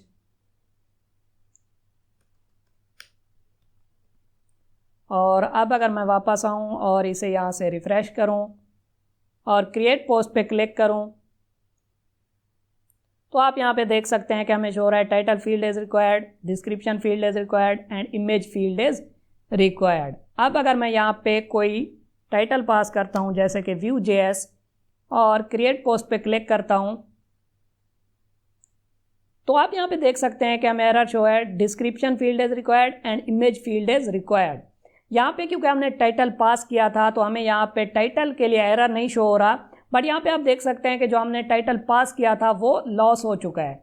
हम चाहते हैं कि वो यहाँ पे रिटेन रहे, तो उसके लिए हमें क्या करना पड़ेगा, यहाँ पे इनपुट के अंदर एक वैल्यू पास करनी पड़ेगी, वैल्यू, और उसके अंदर हम क्या करेंगे, यहाँ पे एक फंक्शन यूज़ करेंगे ओल्ड और यहाँ पे हम लिखेंगे टाइटल, ताकि हमारे पास जो ओल्ड वाला टाइटल है वो यहाँ पे रहे। तो अब अगर मैं वापस आऊँ और इसे यहाँ से रिफ़्रेश करूँ और यहाँ पे मैं टाइटल पास करूँ फॉर एग्जांपल लारावेल और क्रिएट पोस्ट पे क्लिक करूँ सो हमें यहाँ पे टाइटल शो नहीं हो रहा। तो हम देखते हैं कि हमने कौन सी मिस्टेक की है। तो आप यहाँ पे देख सकते हैं कि मैंने पैराग्राफ के अंदर यहाँ पे वैल्यू को ऐड कर दिया, हालांकि हमें इसे इनपुट के अंदर रखना था। तो मैं यहाँ से इसे कट करता हूँ, सॉरी, और यहाँ पे हम क्या करते हैं कि इनपुट के अंदर इसे पेस्ट करते हैं। सो अब अगर मैं वापस आऊँ और इसे यहाँ से रिफ़्रेश करूँ और यहाँ पे कोई भी टाइटल पास करूँ फॉर एग्जांपल लारावेल और यहाँ पे क्रिएट पोस्ट पे क्लिक करूँ तो अब आप यहाँ पे देख सकते हैं कि यहाँ पे हमें एरर शो हो रहा है description field is required, image field is required, but यहाँ पे टाइटल हमारा वही का वही सेम रह रहा है। यहाँ पे टाइटल रिमूव नहीं हो रहा क्योंकि हमने यहाँ पे एक फंक्शन का यूज़ किया ओल्ड का और यहाँ पे हमने क्या किया, उसका नेम पास किया। तो इसी को हम क्या कर सकते हैं, यहाँ पे डिस्क्रिप्शन के लिए भी पास कर सकते हैं। तो यहाँ पे क्योंकि हमारे पास इनपुट फील्ड नहीं है तो टेक्स्ट एरिया के दरमियान में हमें क्या करना पड़ेगा, यहाँ पे लिखना पड़ेगा ओल्ड और यहाँ पे डिस्क्रिप्शन। सो मैं क्या करता हूँ, इसे यहाँ से स्क्रीन को थोड़ा इंक्रीज कर लेता हूँ। और अब अगर मैं वापस आऊँ यहाँ पे और यहाँ पे टाइटल पास करूँ लारावेल, और यहाँ पे मैं कोई डिस्क्रिप्शन पास करूँ, और यहाँ पे मैं क्या करता हूँ, क्रिएट पोस्ट पे क्लिक करता हूँ, तो आप यहाँ पे देख सकते हैं कि जस्ट इमेज के लिए हमें यहाँ पे एरर शो हो रहा है और ये जो दोनों फील्ड्स हैं यहाँ पे रिटेन हो रही हैं। सो इस तरह हमने क्या किया, ये देखा कि हम एरर्स को किस तरह से शो करवा सकते हैं, वैलिडेशन एरर्स को। सो अब अगर मैं यहाँ से इस पोस्ट को क्रिएट करता हूँ और यहाँ पे क्रिएट पोस्ट, तो आप यहाँ पे देख सकते हैं कि पोस्ट क्रिएट हो चुकी है। मैं अगर डेटाबेस के अंदर वापस आऊँ और इसे यहाँ से रिफ्रेश करूँ तो आप यहाँ पे देख सकते हैं कि 4 रिकॉर्ड्स हो चुके हैं। अब हमने क्या करना है कि इन रिकॉर्ड्स को यहाँ पे शो कराना है। तो उसके लिए हम क्या करेंगे, यहाँ पे index.blade.php के अंदर आएंगे। यहाँ पे हमने क्या करना है, उन रिकॉर्ड्स को शो कराना है। तो उसके लिए हमें क्या करना पड़ेगा, कंट्रोलर के थ्रू डेटा को पास करना पड़ेगा। सो हम वापस आते हैं पोस्ट कंट्रोलर पे और यहाँ पे इंडेक्स मेथड के थ्रू हमने क्या किया था, इंडेक्स वाला व्यू यहाँ पे रिटर्न कराया था। तो हमें क्या करना पड़ेगा, डेटाबेस से रिकॉर्ड्स को लेना पड़ेगा और यहाँ पे व्यू को रिटर्न करते वक्त उस रिकॉर्ड को भी सेंड करना पड़ेगा। तो उसके लिए हम क्या करेंगे, यहाँ पे लिखेंगे पोस्ट यानी कि मॉडल को यूज़ करेंगे और उसकी मदद से हमने क्या करना है, तमाम रिकॉर्ड्स को यहाँ से एक्सेस करना है। और मैं क्या करता हूँ, इसे एक वेरिएबल के अंदर रखाता हूँ पोस्ट्स, और जैसे ही यहाँ पे हम एक व्यू रिटर्न करेंगे तो उसके साथ हम लगाएंगे यहाँ पे विद फंक्शन और यहाँ पे हम देंगे एक की। तो मैं की का नाम रखता हूँ पोस्ट और यहाँ पे हमने क्या करना होगा, डेटा को पास करना होगा। तो डेटा हमारा आ चुका है पोस्ट्स के अंदर। तो मैं क्या करता हूँ, यहाँ पे उसे पास कर देता हूँ। तो क्या होगा, यहाँ से टेबल से डेटा आएगा, वो जाएगा इस वेरिएबल के अंदर, उसे हमने यहाँ पे व्यू को रिटर्न करते वक्त पास किया इस की मदद से। अब व्यू के अंदर हम जाके इस की मदद से क्या करेंगे, उस डेटा को एक्सेस करेंगे। तो मैं क्या करता हूँ, यहाँ पे वापस जाता हूँ व्यू पे और यहाँ पे अगर मैं लिखता हूँ पोस्ट्स और वापस आता हूँ और यहाँ पे इसे रिफ्रेश करता हूँ, तो आप यहाँ पे देख सकते हैं कि डेटा आ चुका है। तो हमने क्या करना है, इसे 1 बाय 1 प्रिंट कराना है। तो उसके लिए मैं क्या करता हूँ, यहाँ पे एक लूप लगाता हूँ। बट उससे भी पहले मैं क्या करता हूँ, यहाँ पे एक टेबल लगाता हूँ। टेबल के अंदर हम क्या करेंगे, डेटा को शो कराएंगे। सो टेबल डॉट टेबल, इसके अंदर मैं क्या करता हूँ, टेबल हेड, और उसके अंदर एक हम बनाएंगे रो और उसके अंदर TH, और यहाँ पे हम लिखेंगे इमेज, और यहाँ पे एक और हम लिखेंगे टाइटल के लिए, और एक और हम यहाँ पे लिखेंगे एक्शन, जहाँ पे हम बटन्स बनाएंगे व्यू, एडिट एंड डिलीट के लिए। तो ये होगा हमारा टेबल हेड। तो मैं क्या करता हूँ, यहाँ पे टेबल बॉडी बना लेता हूँ, सॉरी, और इसके अंदर अब हमने क्या करना है, यहाँ पे डेटा को शो कराना है। तो उसके लिए मैं क्या करता हूँ, यहाँ पे एक लूप लगाता हूँ, फॉर ईच लूप। हमारा डेटा था किस की के अंदर, पोस्ट्स वाली की के अंदर। तो यहाँ पे हम क्या करेंगे, लिखेंगे पोस्ट्स। सो इसके अंदर जितने भी रिकॉर्ड्स हैं 1 बाय 1 हम उन्हें एक्सेस करेंगे एज ए पोस्ट। और यहाँ पे मैं लगाता हूँ एक रो और यहाँ पे TD, और यहाँ पे हमने क्या करना है, इमेज को शो कराना है, और उसके बाद यहाँ पे हमने क्या करना है, टाइटल को शो कराना है। तो टाइटल के लिए क्योंकि हम यहाँ पे डायनामिक डेटा को शो कराने वाले हैं, तो यहाँ पे हम लिखेंगे डेटा आ चुका है, फर्स्ट डेटा आ चुका है पोस्ट के अंदर। तो पोस्ट के अंदर एक रिकॉर्ड आ चुका है, उसके अंदर से हमने टाइटल को लेना है। सो अब अगर मैं वापस आऊँ यहाँ पे और रिफ़्रेश करूँ तो आप यहाँ पे देख सकते हैं कि एक टेबल बन चुकी है और यहाँ पे टाइटल आ चुका है फर्स्ट रिकॉर्ड का, सेकंड का, थर्ड का एंड फोर्थ का। और यहाँ पे हमने क्या करना है, इमेज को शो कराना है। और यहाँ पे एक्शन के अंदर क्या होगा, हमारे बटन्स होंगे। मैं क्या करता हूँ, यहाँ पे एक और टीडी बनाता हूँ और यहाँ पे हम क्या करेंगे, बटन्स बनाएंगे। सो ए डॉट बटन, यहाँ पे मैं बटन रखता हूँ प्राइमरी और उसे स्मॉल कर देता हूँ, बटन स्मॉल। और यहाँ पे मैं क्या करता हूँ, लिखता हूँ व्यू। और एक और बटन हम बनाएंगे यहाँ पे जो कि होगा इन्फो। और यहाँ पे व्यू की बजाय हम यहाँ पे लिखेंगे एडिट। और यहाँ पे डिलीट। और डिलीट के लिए जो बटन होगा उसे मैं रखूँगा यहाँ पे डेंजर। सो अब अगर मैं वापस आऊँ यहाँ पे और इसे रिफ़्रेश करूँ तो आप यहाँ पे देख सकते हैं कि हमारे बटन्स बन चुके हैं व्यू, एडिट एंड डिलीट के लिए। ये जो एडिट वाला बटन है इसका टेक्स्ट मैं क्या करता हूँ, वाइट कर देता हूँ। तो यहाँ पे टेक्स्ट वाइट। और अब अगर मैं वापस आऊँ यहाँ पे और इसे यहाँ से रिफ़्रेश करूँ तो इसका टेक्स्ट वाइट हो चुका है। अब हमने क्या करना है, यहाँ पे इमेज को शो कराना है। तो इमेज को शो कराने के लिए हमें क्या करना पड़ेगा, यहाँ पे इमेज वाला टैग यूज़ करना पड़ेगा। और यहाँ पे सोर्स के अंदर हमने क्या करना है, अगर हम यहाँ पे सोर्स के अंदर लिखते हैं पोस्ट इमेज और मैं क्या करता हूँ, वापस आता हूँ और यहाँ से इसे रिफ़्रेश करता हूँ। सो आप यहाँ पे देख सकते हैं कि हमें इमेज शो नहीं हो रही।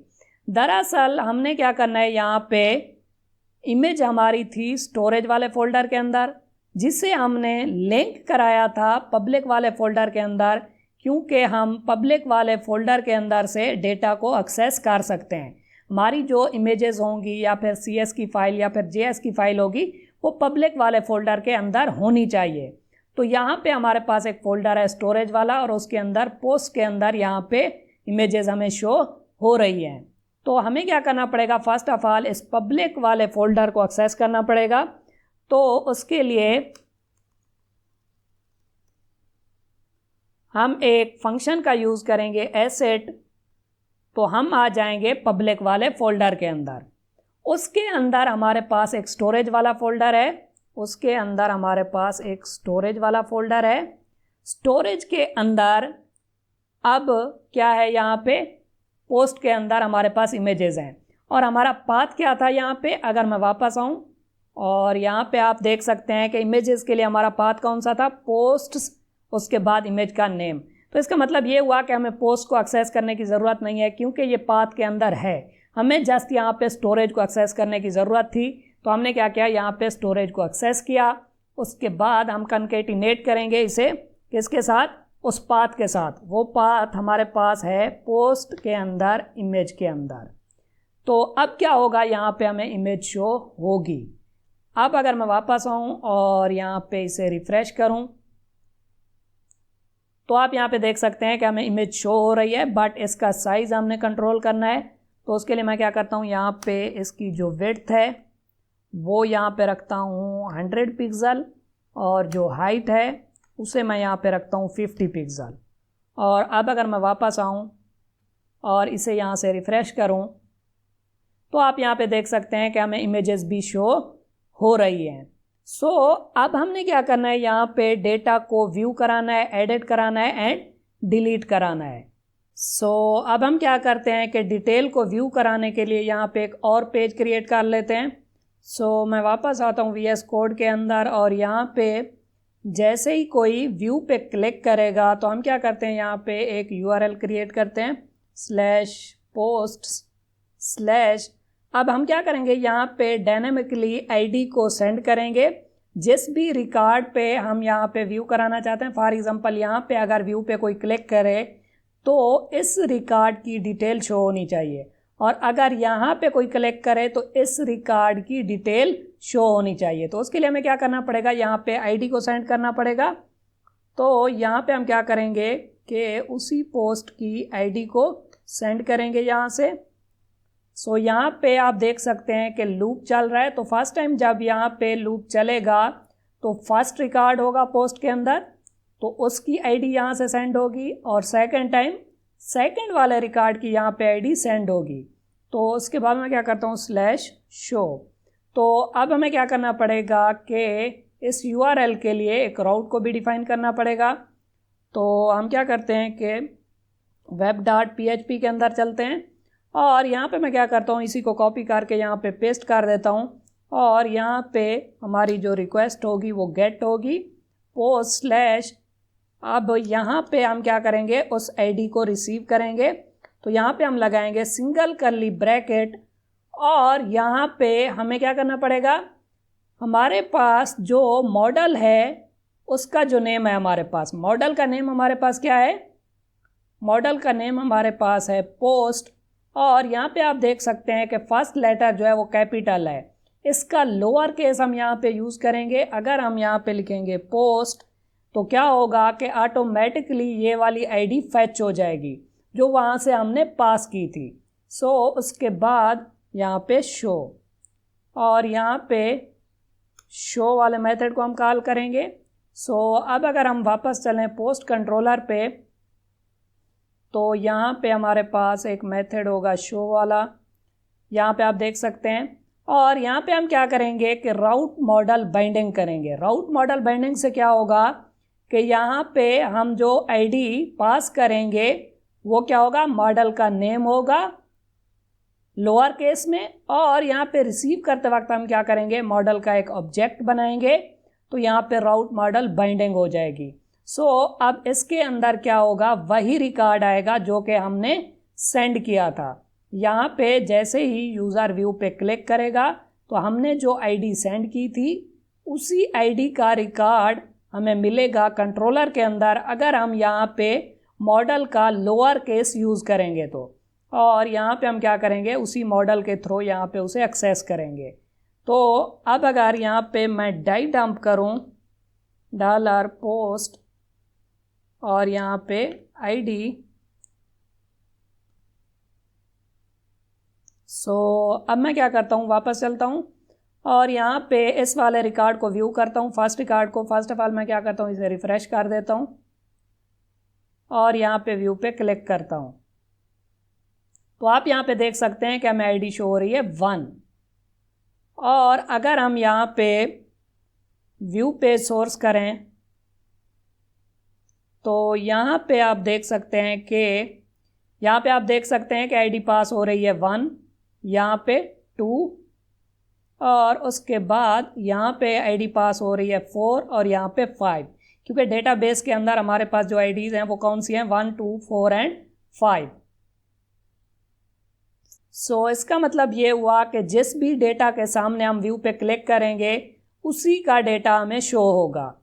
तो अब हमने क्या करना है, यहाँ पे रिटर्न कराना है एक व्यू, यहाँ पे पोस्ट्स डॉट शो, और साथ में हम क्या करेंगे, इस रिकॉर्ड को भी सेंड करेंगे विद, और यहाँ पे हम की डिफाइन करेंगे, मैं रखता हूँ पोस्ट, और यहाँ पे डेटा को सेंड करेंगे। और अब अगर मैं वापस आऊँ और यहाँ पे हमें क्या करना पड़ेगा, एक और फाइल बनानी पड़ेगी शो के नेम से, show.blade.php। सो हमने क्या करना होगा, यहाँ पे ये हमारा जो साइड बार है ऐसे ही रहेगा, यहाँ पे कार्ड भी रहेगा, यहाँ पे हम क्या करेंगे, उसकी डिटेल को शो कराएंगे। तो आप यहाँ पे देख सकते हैं कि डेटा क्या हो रहा है, रिपीट हो रहा है। अगर हम यहाँ पे पोस्ट को शो करा रहे हैं तो यहाँ पे साइड बार है, और अगर यहाँ पे हम क्रिएट पोस्ट कर रहे हैं तो साइड बार है यहाँ पे, और कार्ड भी है। तो डेटा रिपीट हो रहा है, तो उसके लिए हम क्या कर सकते हैं, इनहेरिटेंस के कंसेप्ट को यूज़ कर सकते हैं।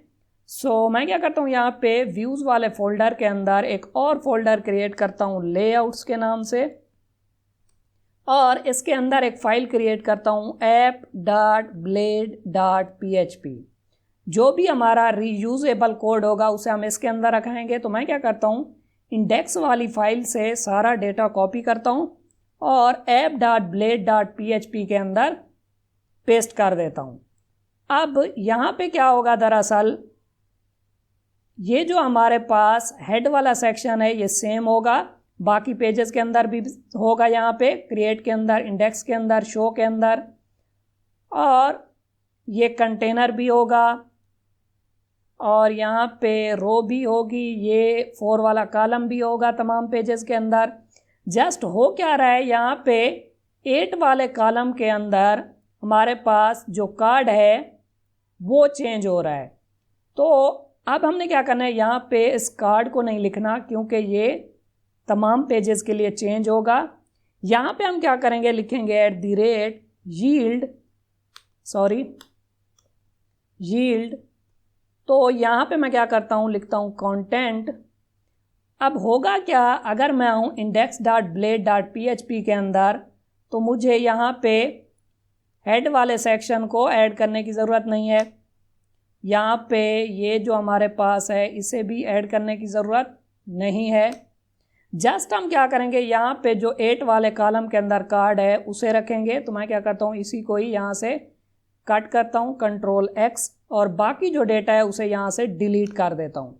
अब हम क्या करेंगे, जो कोड रीयूजेबल था वो हमने रखा दिया app.blade.php के अंदर। इसी फाइल को हम एक्सटेंड करेंगे index.blade.php के अंदर। तो हम यहाँ पे लिखेंगे @extend, और यहाँ पे लिखेंगे फाइल का नेम layouts.app, लेआउट्स फोल्डर का नाम है, उसके अंदर app.blade.php। अब हमें क्या करना पड़ेगा, यहाँ पे एक सेक्शन बनाना पड़ेगा, और सेक्शन होगा कंटेंट वाला। तो इसके अंदर हम क्या करेंगे, 8 वाला जो कंटेंट था उसे पेस्ट करेंगे। तो मैं क्या करता हूँ, डॉक्यूमेंट को फॉर्मेट कर देता हूँ, यानी कि अब यहाँ पे आप देख सकते हैं कि होगा क्या कि app.blade.php के अंदर यहाँ पे जो हमने लिखा था यील्ड कंटेंट, यहाँ पे ये वाला डेटा आ जाएगा, ये जो हमने सेक्शन के अंदर लिखा हुआ है। बाकी जो डेटा है वो सेम रहेगा क्योंकि हमने यहाँ पे एक्सटेंड किया हुआ है layouts.app को। इसी तरह अब हम क्या करेंगे, बाकी पेजेस के लिए भी जो डेटा रिपीट हो रहा है उसे नहीं लिखेंगे। तो मैं क्या करता हूँ, यहाँ से 8 के अंदर जो हमारे पास डेटा है उसी को कट करता हूँ, Ctrl+X, और बाकी डेटा को यहाँ से रिमूव कर देता हूँ। और हम क्या करेंगे, यहाँ पे जो डेटा रीयूजेबल था उसके लिए हम एक्सटेंड कर देंगे लेआउट को, और यहाँ पे जो डेटा चेंज होना है उसके लिए हम क्या करेंगे, एक सेक्शन बनाएंगे कंटेंट वाला, और इसके अंदर इस डेटा को पेस्ट कर देंगे। और मैं क्या करता हूँ, इसके लेआउट को फॉर्मेट कर देता हूँ, और उसके बाद शो के अंदर भी हम ऐसे ही करेंगे। यहाँ पे हम करेंगे एक्सटेंड, और यहाँ पे layouts.app, और इस फाइल के अंदर, ऐप वाली फाइल के अंदर यहाँ पे हमने न्यू डेटा रखाना है। तो उसके लिए हम क्या करेंगे, मैं क्या करता हूँ, यहाँ से बल्कि शो में आता हूँ, और यहाँ पे हम एक सेक्शन को ऐड करते हैं, @section एंड सेक्शन कंटेंट, और यहाँ पे हम क्या करते हैं, कार्ड बना लेते हैं, कार्ड डिफ़ॉल्ट, और उसके अंदर कार्ड हेडर होगा हमारे पास, और यहाँ पे हम लिखेंगे डिटेल, और यहाँ पे कार्ड बॉडी, और कार्ड बॉडी के अंदर हम क्या करेंगे, यहाँ पे हमने डेटा शो कराना है। अब क्या होगा कि पोस्ट कंट्रोलर की मदद से हमने जो डेटा शो मेथड से सेंड करवाया था, यहाँ पे आप देख सकते हैं post.show, यहाँ पे हमने एक रिकॉर्ड सेंड कराया था, उसी रिकॉर्ड को हमने क्या करना है, शो वाली फाइल के अंदर शो कराना है। तो उसके लिए मैं क्या करता हूँ, यहाँ पे एक हेडिंग लगाता हूँ, और यहाँ पे हम क्या करेंगे, उसका टाइटल शो कराएंगे।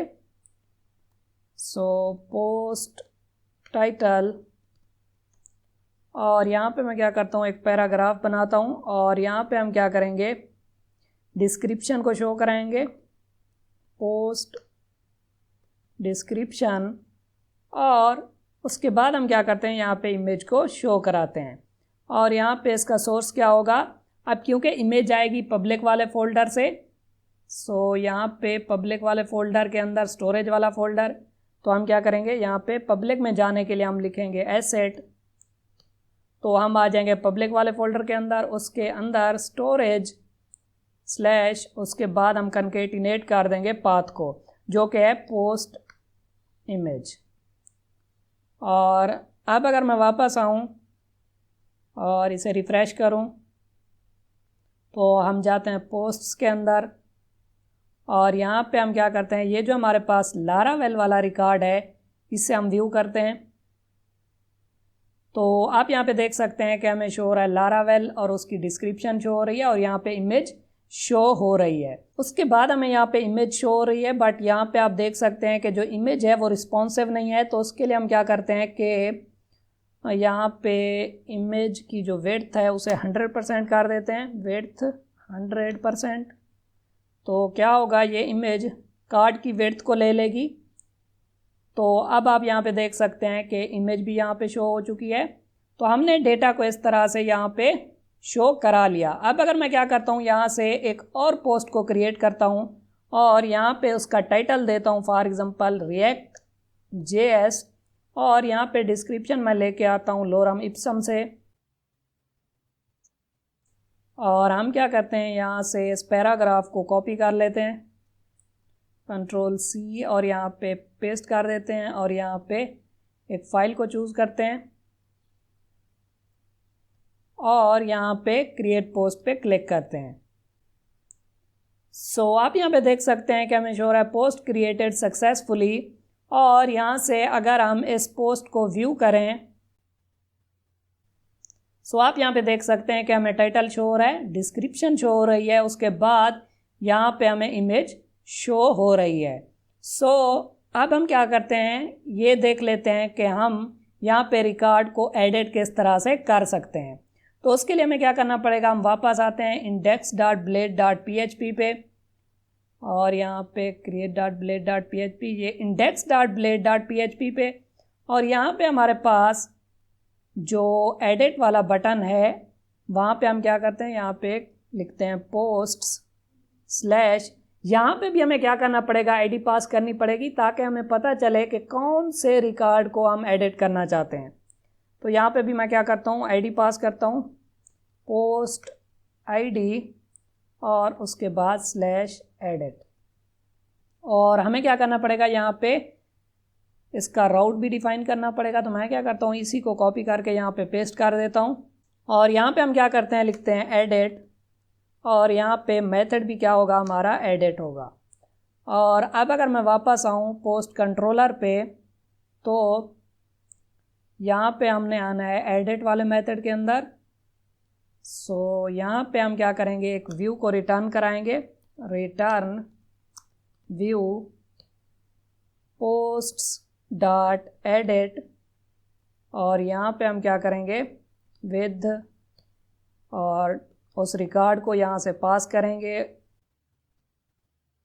सो अब हम आते हैं यहाँ पे व्यू के अंदर। सो मैं इसी को क्लिक करके शिफ्ट हो जाता हूँ व्यू वाले फोल्डर के अंदर। तो यहाँ पे हमें क्या करना पड़ेगा, एक और फाइल बनानी पड़ेगी एडिट के लिए। तो मैं क्या करता हूँ, यहाँ पे एक फ़ाइल बनाता हूँ edit.blade.php, और यहाँ पे हम क्या करते हैं कि एडिटिंग के लिए हमें इस फॉर्म की ज़रूरत पड़ेगी जो कि हमने क्रिएट के लिए बनाया था, तो ये वाला फॉर्म। तो उसके लिए हम क्या करते हैं, create.blade.php वाले फॉर्म को यहाँ से करते हैं कॉपी और यहाँ पे हम कर देते हैं पेस्ट।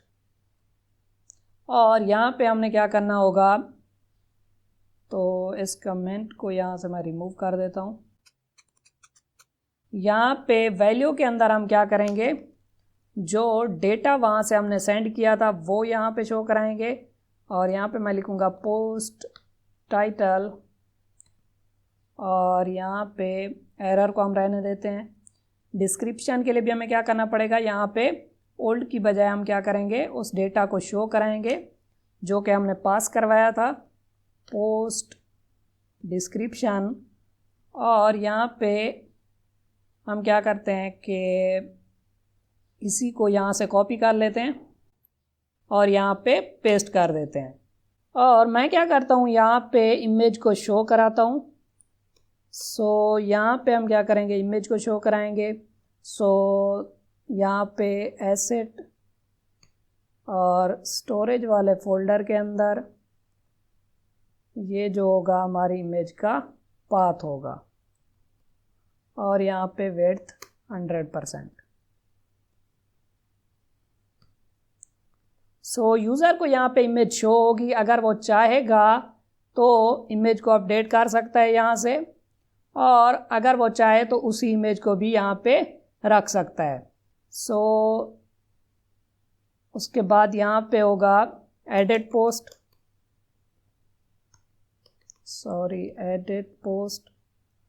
और यहाँ पे जो बटन है वहाँ पे हम लिख देते हैं अपडेट पोस्ट। सो अब अगर मैं वापस आऊँ और यहाँ पे पोस्ट पे क्लिक करूँ और यहाँ पे हम क्या करते हैं, एडिट पे क्लिक करते हैं, ये जो React.js वाली पोस्ट है। सो आप यहाँ पे देख सकते हैं कि हमें टाइटल शो हो रहा है, हम इसे एडिट भी कर सकते हैं। डिस्क्रिप्शन शो हो रही है, इसे हम एडिट भी कर सकते हैं। उसके बाद हमें यहाँ पे इमेज शो हो रही है, और अगर हम चाहें तो एक न्यू इमेज भी यहाँ से चूज़ कर सकते हैं। सो अगर यहाँ पे मैं टाइटल को चेंज करता हूँ React.js 18 और यहाँ पे अपडेट पे क्लिक करता हूँ, तो ये वाली पोस्ट अपडेट हो जानी चाहिए। तो उसके लिए हमें क्या करना पड़ेगा, यहाँ पे जैसे ही यूज़र यहाँ पे अपडेट पोस्ट पे क्लिक करेगा तो हम क्या करेंगे, एक राउट को ऐड कराएंगे। तो उसके लिए मुझे यहाँ पे पाथ लिखना पड़ेगा पोस्ट्स, और यहाँ पे हमें क्या करना पड़ेगा, वो वाली आईडी सेंड करनी पड़ेगी जिसे हम एडिट करना चाहते हैं। तो पोस्ट आईडी और यहाँ पे अपडेट। सो यहाँ पे जो मेथड होगा वो पोस्ट नहीं होगा, बल्कि एडिटिंग के लिए यानी कि डेटा को अपडेट करने के लिए हम क्या करते हैं, पुट या फिर पैच मेथड का यूज़ करते हैं। बट फॉर्म के अंदर तो जस्ट हम दो ही मेथड्स को यूज़ कर सकते हैं, get and post. So Laravel हमें यहाँ पे एक मेथड प्रोवाइड करता है @मेथड, और यहाँ पे हम क्या कर सकते हैं, उस मेथड को ओवरराइड कर सकते हैं। ये जो हमने मेथड दिया हुआ है, तो मैं क्या करता हूँ, यहाँ पे लिखता हूँ पुट। और अब अगर हम जाएं web.php पे, तो यहाँ पे हमें क्या करना पड़ेगा, एक राउट डिफाइन करना पड़ेगा। इसी को मैं कॉपी करके पेस्ट कर देता हूँ, और यहाँ पे हमारा जो राउट का मेथड होगा वो क्या होगा, पुट होगा, और उसके बाद पोस्ट, और यहाँ पे अपडेट, और यहाँ पे जो फंक्शन चलेगा वो भी क्या होगा, अपडेट होगा। और अब अगर हम वापस जाएं पोस्ट कंट्रोलर पे, तो यहाँ पे अपडेट के अंदर अब यहाँ पे आप देख सकते हैं कि एक न्यू रिक्वेस्ट भी आ रही है, और हमारे पास वो रिकॉर्ड भी आ रहा है जिसे हम एडिट करने वाले हैं। तो यहाँ पे हमें क्या करना पड़ेगा, फर्स्ट ऑफ ऑल तो हमें वैलिडेशन भी लगानी पड़ेगी। तो उसके लिए मैं क्या करता हूँ कि स्टोर वाले फंक्शन से ही वैलिडेशन को कॉपी कर लेता हूँ और यहाँ पे पेस्ट कर देता हूँ।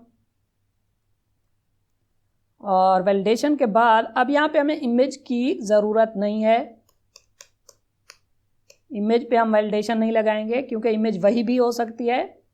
और उसके बाद अब हमने क्या करना है कि अगर यूज़र, ये चेक करना है कि यूज़र ने इमेज को अपडेट किया या फिर नहीं। अगर यूज़र ने इमेज को अपडेट किया तो हमें क्या करना पड़ेगा, यहाँ पे भी जो इमेज है वो अपडेट करनी पड़ेगी। तो यहाँ पे हम क्या करेंगे, जो हमारी प्रीवियस इमेज थी, इस रिकॉर्ड के अंदर जो इमेज थी उसे हम कराएंगे डिलीट, और न्यू इमेज को हम क्या करेंगे, यहाँ पे रखाएंगे। तो फर्स्ट ऑफ ऑल मैं क्या करता हूँ, यहाँ पे काफ़ी सारी इमेजेस हो चुकी हैं, तो मैं इन्हें फर्स्ट ऑफ ऑल करता हूँ डिलीट यहाँ से, स्टोरेज वाले फ़ोल्डर से, और यहाँ पे पोस्ट वाले पूरे फ़ोल्डर को मैं क्या करता हूँ, यहाँ से डिलीट कर देता हूँ। तो यहाँ पे आई थिंक ये पब्लिक से भी रिमूव हो गई होंगी। तो आप यहाँ पे देख सकते हैं यहाँ पे भी पोस्ट वाला फ़ोल्डर नहीं है। और अब हम क्या करते हैं कि हमारे पास जो टेबल है उसे रोल बैक करते हैं। तो मैं क्या करता हूँ, यहाँ से सर्वर को स्टॉप करता हूँ और फ्रेश टेबल बनाता हूँ, फ्रेश माइग्रेशंस रन करता हूँ।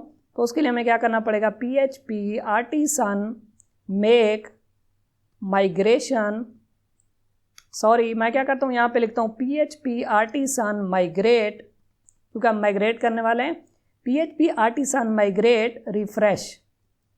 तो क्या होगा कि हमारी जो टेबल्स हैं, जो माइग्रेशंस हैं, वो रोल बैक होंगी पहले डिलीट होंगी, उसके बाद दोबारा क्रिएट होंगी। तो अब मैं क्या करता हूँ, यहाँ से एंटर प्रेस करता हूँ। आप यहाँ पे देख सकते हैं कि माइग्रेशंस रोल बैक हुई, पहले डिलीट हुई, उसके बाद दोबारा रन हुई। तो अब मैं क्या करता हूँ कि सर्वर को दोबारा स्टार्ट करता हूँ। तो आप यहाँ पे देख सकते हैं कि अगर मैं वापस आऊँ पोस्ट पे, आप यहाँ पे देख सकते हैं कि हमारे पास कोई भी पोस्ट नहीं है, क्योंकि हमने टेबल्स को दोबारा रन किया तो उसके अंदर रिकॉर्ड्स नहीं हैं। बट यहाँ पे हमें शो हो रहा है इमेज, टाइटल, एक्शन। अगर हमारे पास कोई भी पोस्ट नहीं है तो हमें ये भी शो नहीं होना चाहिए। तो उसके लिए हम क्या करते हैं, यहाँ पे एक कंडीशन लगाते हैं index.blade.php के अंदर। अगर मैं वापस आऊँ यहाँ पे index.blade.php के अंदर, ये जो हमें टेबल शो हो रही है, इससे पहले मैं क्या करता हूँ, एक कंडीशन लगाता हूँ कि इफ़ अगर हमारे पास जो कंट्रोलर से पोस्ट आई हैं, पोस्ट्स अगर हम उन्हें काउंट करें और वो ग्रेटर देन 0 हों, तभी हमें यहाँ पे टेबल शो होनी चाहिए। मैं क्या करता हूँ, इस टेबल को यहाँ से कट करके ऊपर शिफ्ट करता हूँ, और अगर हमारे पास पोस्ट काउंट ग्रेटर देन 0 है तो ये टेबल शो होगी, वरना यहाँ पे हमें एक मैसेज शो होगा। तो मैं क्या करता हूँ, यहाँ पे लगाता हूँ else, @else, वरना यहाँ पे मैं क्या करता हूँ, एक हेडिंग ले लेता हूँ 3 वाली, और यहाँ पे लिखता हूँ no posts yet।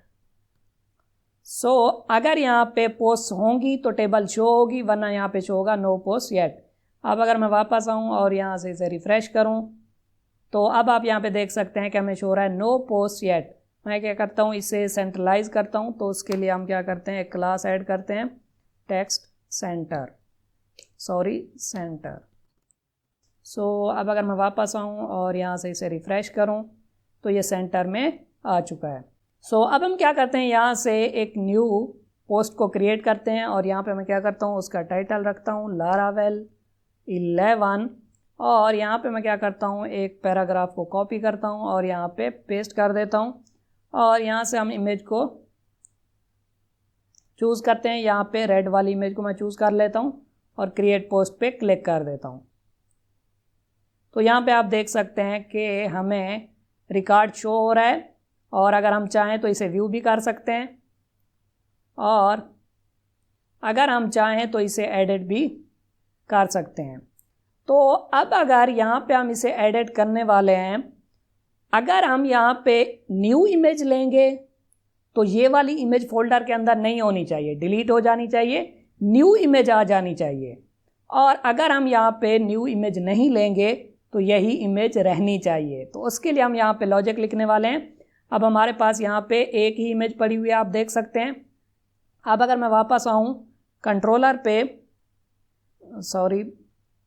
Post controller पे, वैलिडेशन के बाद मैं क्या करता हूँ, यहाँ पे कंडीशन लगाता हूँ इफ़ हमारे पास जो रिक्वेस्ट है उसके अंदर अगर एक फ़ाइल है, हैज़ फाइल फंक्शन को मैं यूज़ करता हूँ, अगर उसके अंदर एक फ़ाइल है इमेज के नेम से, क्योंकि यहाँ पे एडिट करते वक्त भी हमने जो हमारी फील्ड है इमेज वाली, उसका नेम क्या रखा हुआ है, इमेज ही रखा हुआ है।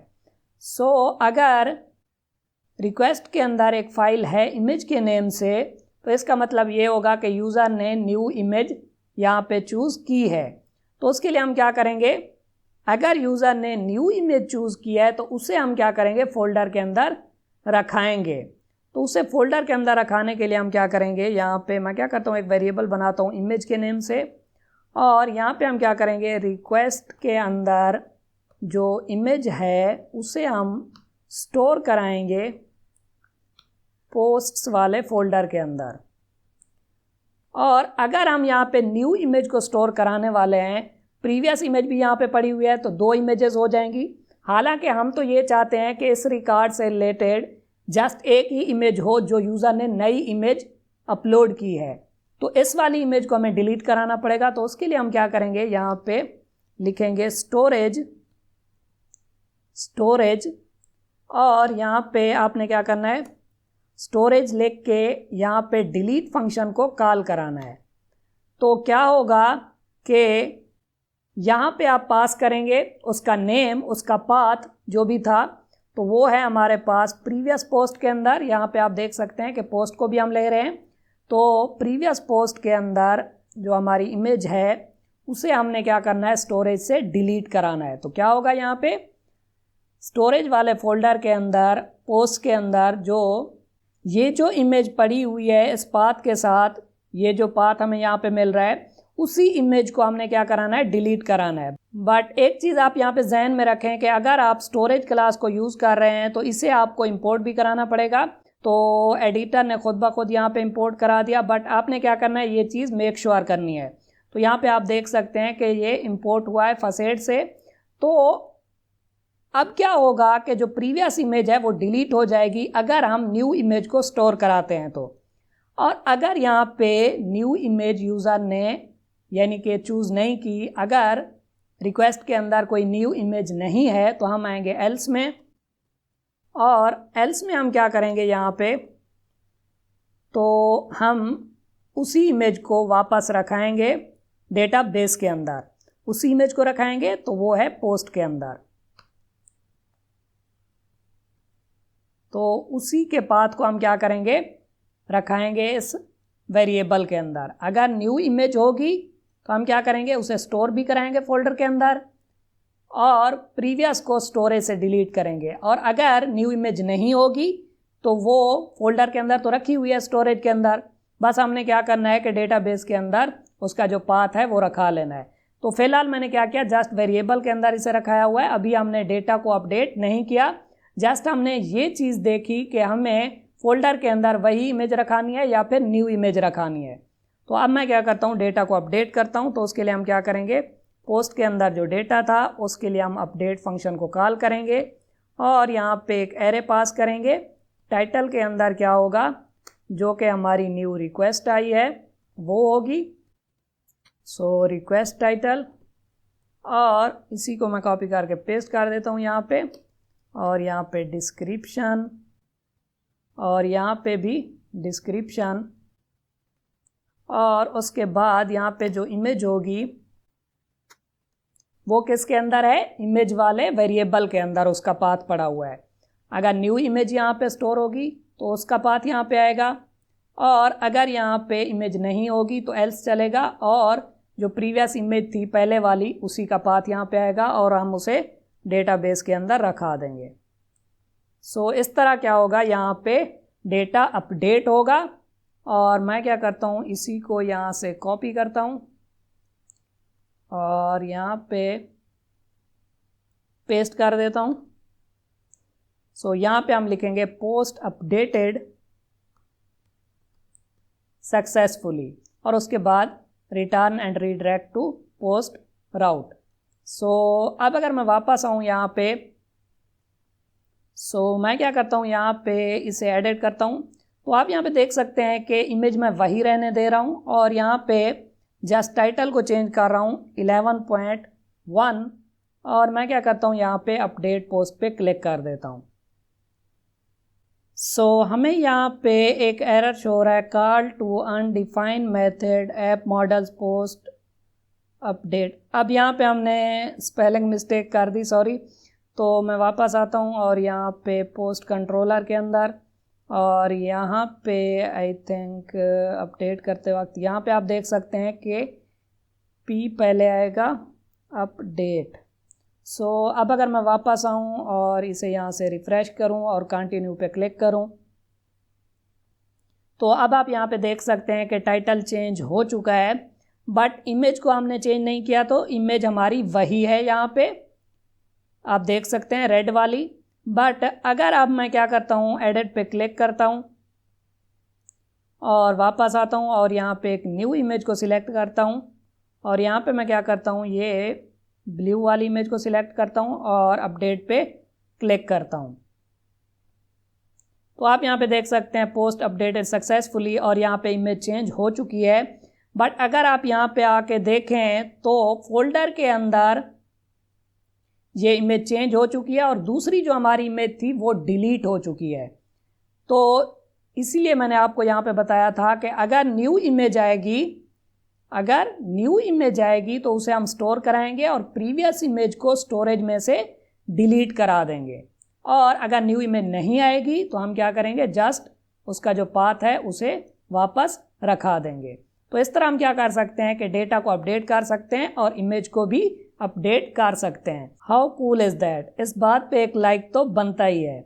सो वीडियो को फटाफट से लाइक कर दें और हम चलते हैं, देखते हैं कि हम रिकॉर्ड को किस तरह से डिलीट करा सकते हैं। तो अब हम आते हैं वापस अपना index.blade.php पे और यहाँ पे हमारे पास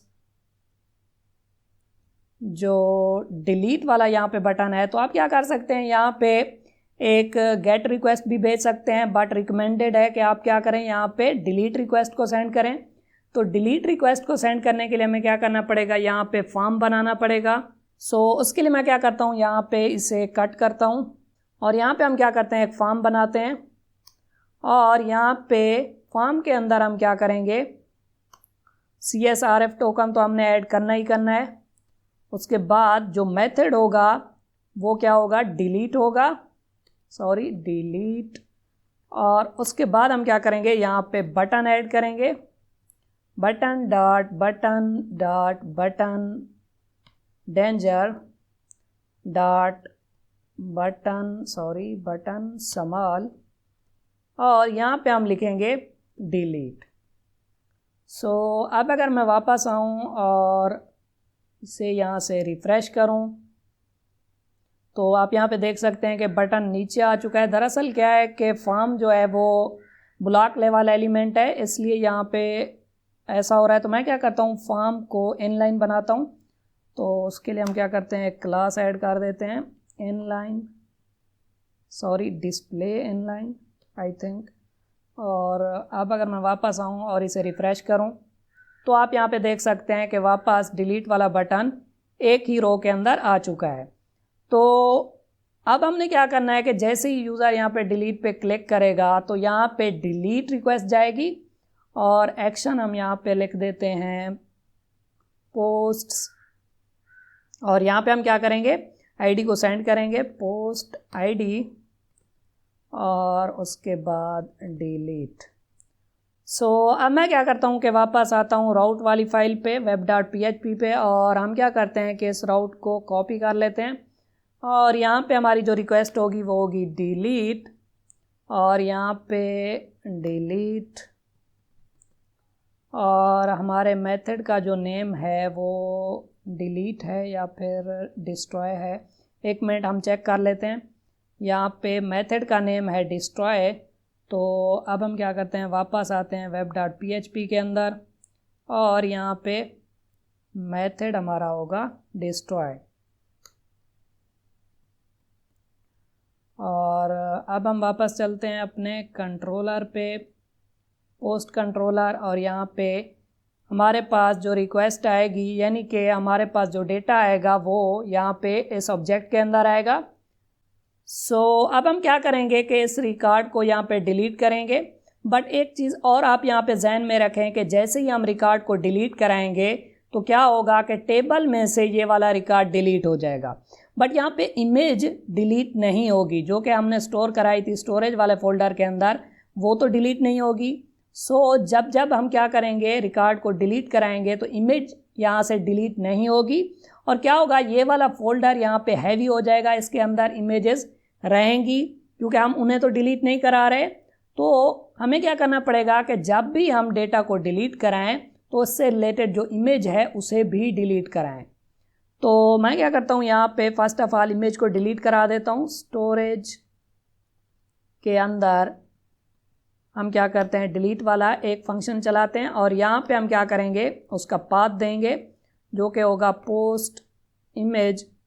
तो अब क्या होगा, इमेज डिलीट हो जाएगी। उसके बाद हम क्या करते हैं कि इस रिकॉर्ड को भी डिलीट करा देते हैं, पोस्ट डिलीट। और अब क्या होगा, ये वाला रिकॉर्ड भी डिलीट हो जाएगा। तो मैं क्या करता हूँ, यहाँ से इसे कॉपी करता हूँ क्योंकि हमने फ्लैश मैसेज भी शो कराना है। और यहाँ पे पेस्ट कर देता हूँ और यहाँ पे क्या होगा, पोस्ट डिलीटेड सक्सेसफुली। उसके बाद हम क्या करेंगे, इसे रिडायरेक्ट कर देंगे पोस्ट वाले राउट पे। अब अगर मैं वापस आऊँ यहाँ पे और इसे रिफ़्रेश करूँ तो मैं क्या करता हूँ, यहाँ से इसे डिलीट कराता हूँ। आप यहाँ पे देख सकते हैं कि पोस्ट डिलीटेड सक्सेसफुली, और यहाँ पे हमारे पास कोई भी पोस्ट मौजूद नहीं है। और अगर हम यहाँ पे आए हैं फोल्डर के अंदर, स्टोरेज के अंदर, पोस्ट के अंदर, यहाँ पे भी आप देख सकते हैं कि इमेज भी डिलीट हो चुकी है। अब अगर मैं वापस आऊँ यहाँ पे क्रिएट पोस्ट पे क्लिक करूँ और यहाँ पे कोई भी पोस्ट क्रिएट करूँ, और यहाँ पे मैं क्या करता हूँ कि इसकी डिस्क्रिप्शन को कॉपी करता हूँ और यहाँ पे पेस्ट कर देता हूँ, और यहाँ से मैं क्या करता हूँ कि इमेज को चूज़ करता हूँ और हम इसे ओपन करते हैं और क्रिएट पोस्ट पे क्लिक कर देते हैं। आप यहाँ पे देख सकते हैं कि पोस्ट क्रिएट हो चुकी है। तो इस तरह आप क्या कर सकते हैं कि पोस्ट को क्रिएट कर सकते हैं, यहाँ पे उस पोस्ट को आप व्यू कर सकते हैं और यहाँ पे एडिट भी कर सकते हैं, डिलीट भी कर सकते हैं। एक और चीज़ हम यहाँ पे देख लेते हैं कि यहाँ पे हमारा जो URL है वो है पोस्ट्स। अगर हम होम पेज पे जाएं तो यहाँ पे हमें लारावेल की मदद से जो डिफ़ॉल्ट पेज देखने को मिलता है वही मिलेगा, बट मैं चाहता हूँ कि कोई यूज़र अगर यहाँ पे होम पे भी आए तब भी हमें वही एप्लीकेशन शो होनी चाहिए। तो हम क्या करेंगे कि यहाँ पे स्लैश वाला जो पाथ है उसे रिडायरेक्ट करा देंगे स्लैश पोस्ट्स पे। तो वो हम किस तरह से करेंगे, हम वापस आते हैं और यहाँ पे हम एक और राउट लिखते हैं। मैं क्या करता हूँ, यहाँ पे web.php को ओपन करता हूँ और यहाँ पे जैसे ही कोई यूज़र स्लैश वाले पाथ पे आएगा यानी कि होम पेज पे आएगा तो उसे हम रिडायरेक्ट करेंगे। तो यहाँ पे हमें क्या करना पड़ेगा, गेट की बजाय यहाँ पे एक राउट लिखना पड़ेगा रिडायरेक्ट वाला, और यहाँ पे स्लैश अगर कोई लिखता है तो वो चला जाएगा पोस्ट्स वाले पे। तो अगर कोई यहाँ पे स्लैश एंटर करेगा URL के अंदर तो ये वाला बाय डिफ़ॉल्ट क्या होगा, राउट चलेगा। अब अगर मैं वापस आऊँ और इसे रिफ़्रेश करूँ तो आप देखेंगे कि हम रीडायरेक्ट हो जाएंगे स्लैश पोस्ट्स पे। आप यहाँ पे देख सकते हैं, अगर यहाँ पे मैं सिंपल स्लैश लगाता हूँ तब भी हम रीडायरेक्ट हो जाएंगे स्लैश पोस्ट पे। और यहाँ पे अगर आप चाहें तो ये अंडरलाइन किया हुआ है, इसे भी ख़त्म कर सकते हैं। मैं वापस आता हूँ यहाँ पे app.blade.php पे, और यहाँ पे हमारा साइड बार है। तो मैं क्या करता हूँ, यहाँ पे CSS को यूज़ कर लेता हूँ, स्टाइल, और यहाँ पे डॉट लिस्ट ग्रुप एटम के अंदर हमारे पास जो A है उसकी जो टेक्स्ट डेकोरेशन है उसे हम नन कर देते हैं, और अगर आप चाहें तो उसका कलर भी चेंज कर सकते हैं। मैं कलर यही रहने देता हूँ और यहाँ से अंडरलाइन को ख़त्म कर देता हूँ।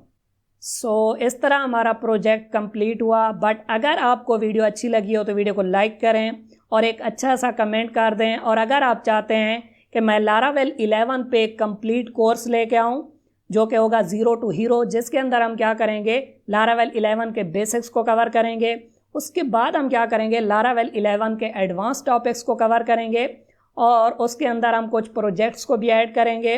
आप मुझे कमेंट सेक्शन में कह सकते हैं। अगर आप मुझे कमेंट सेक्शन में कहेंगे तो मैं इस पर एक कंप्लीट कोर्स लेके आऊँगा। अगेन, अगर आपको वीडियो अच्छी लगी हो तो वीडियो को लाइक करें और चैनल को सब्सक्राइब करें। Thank you.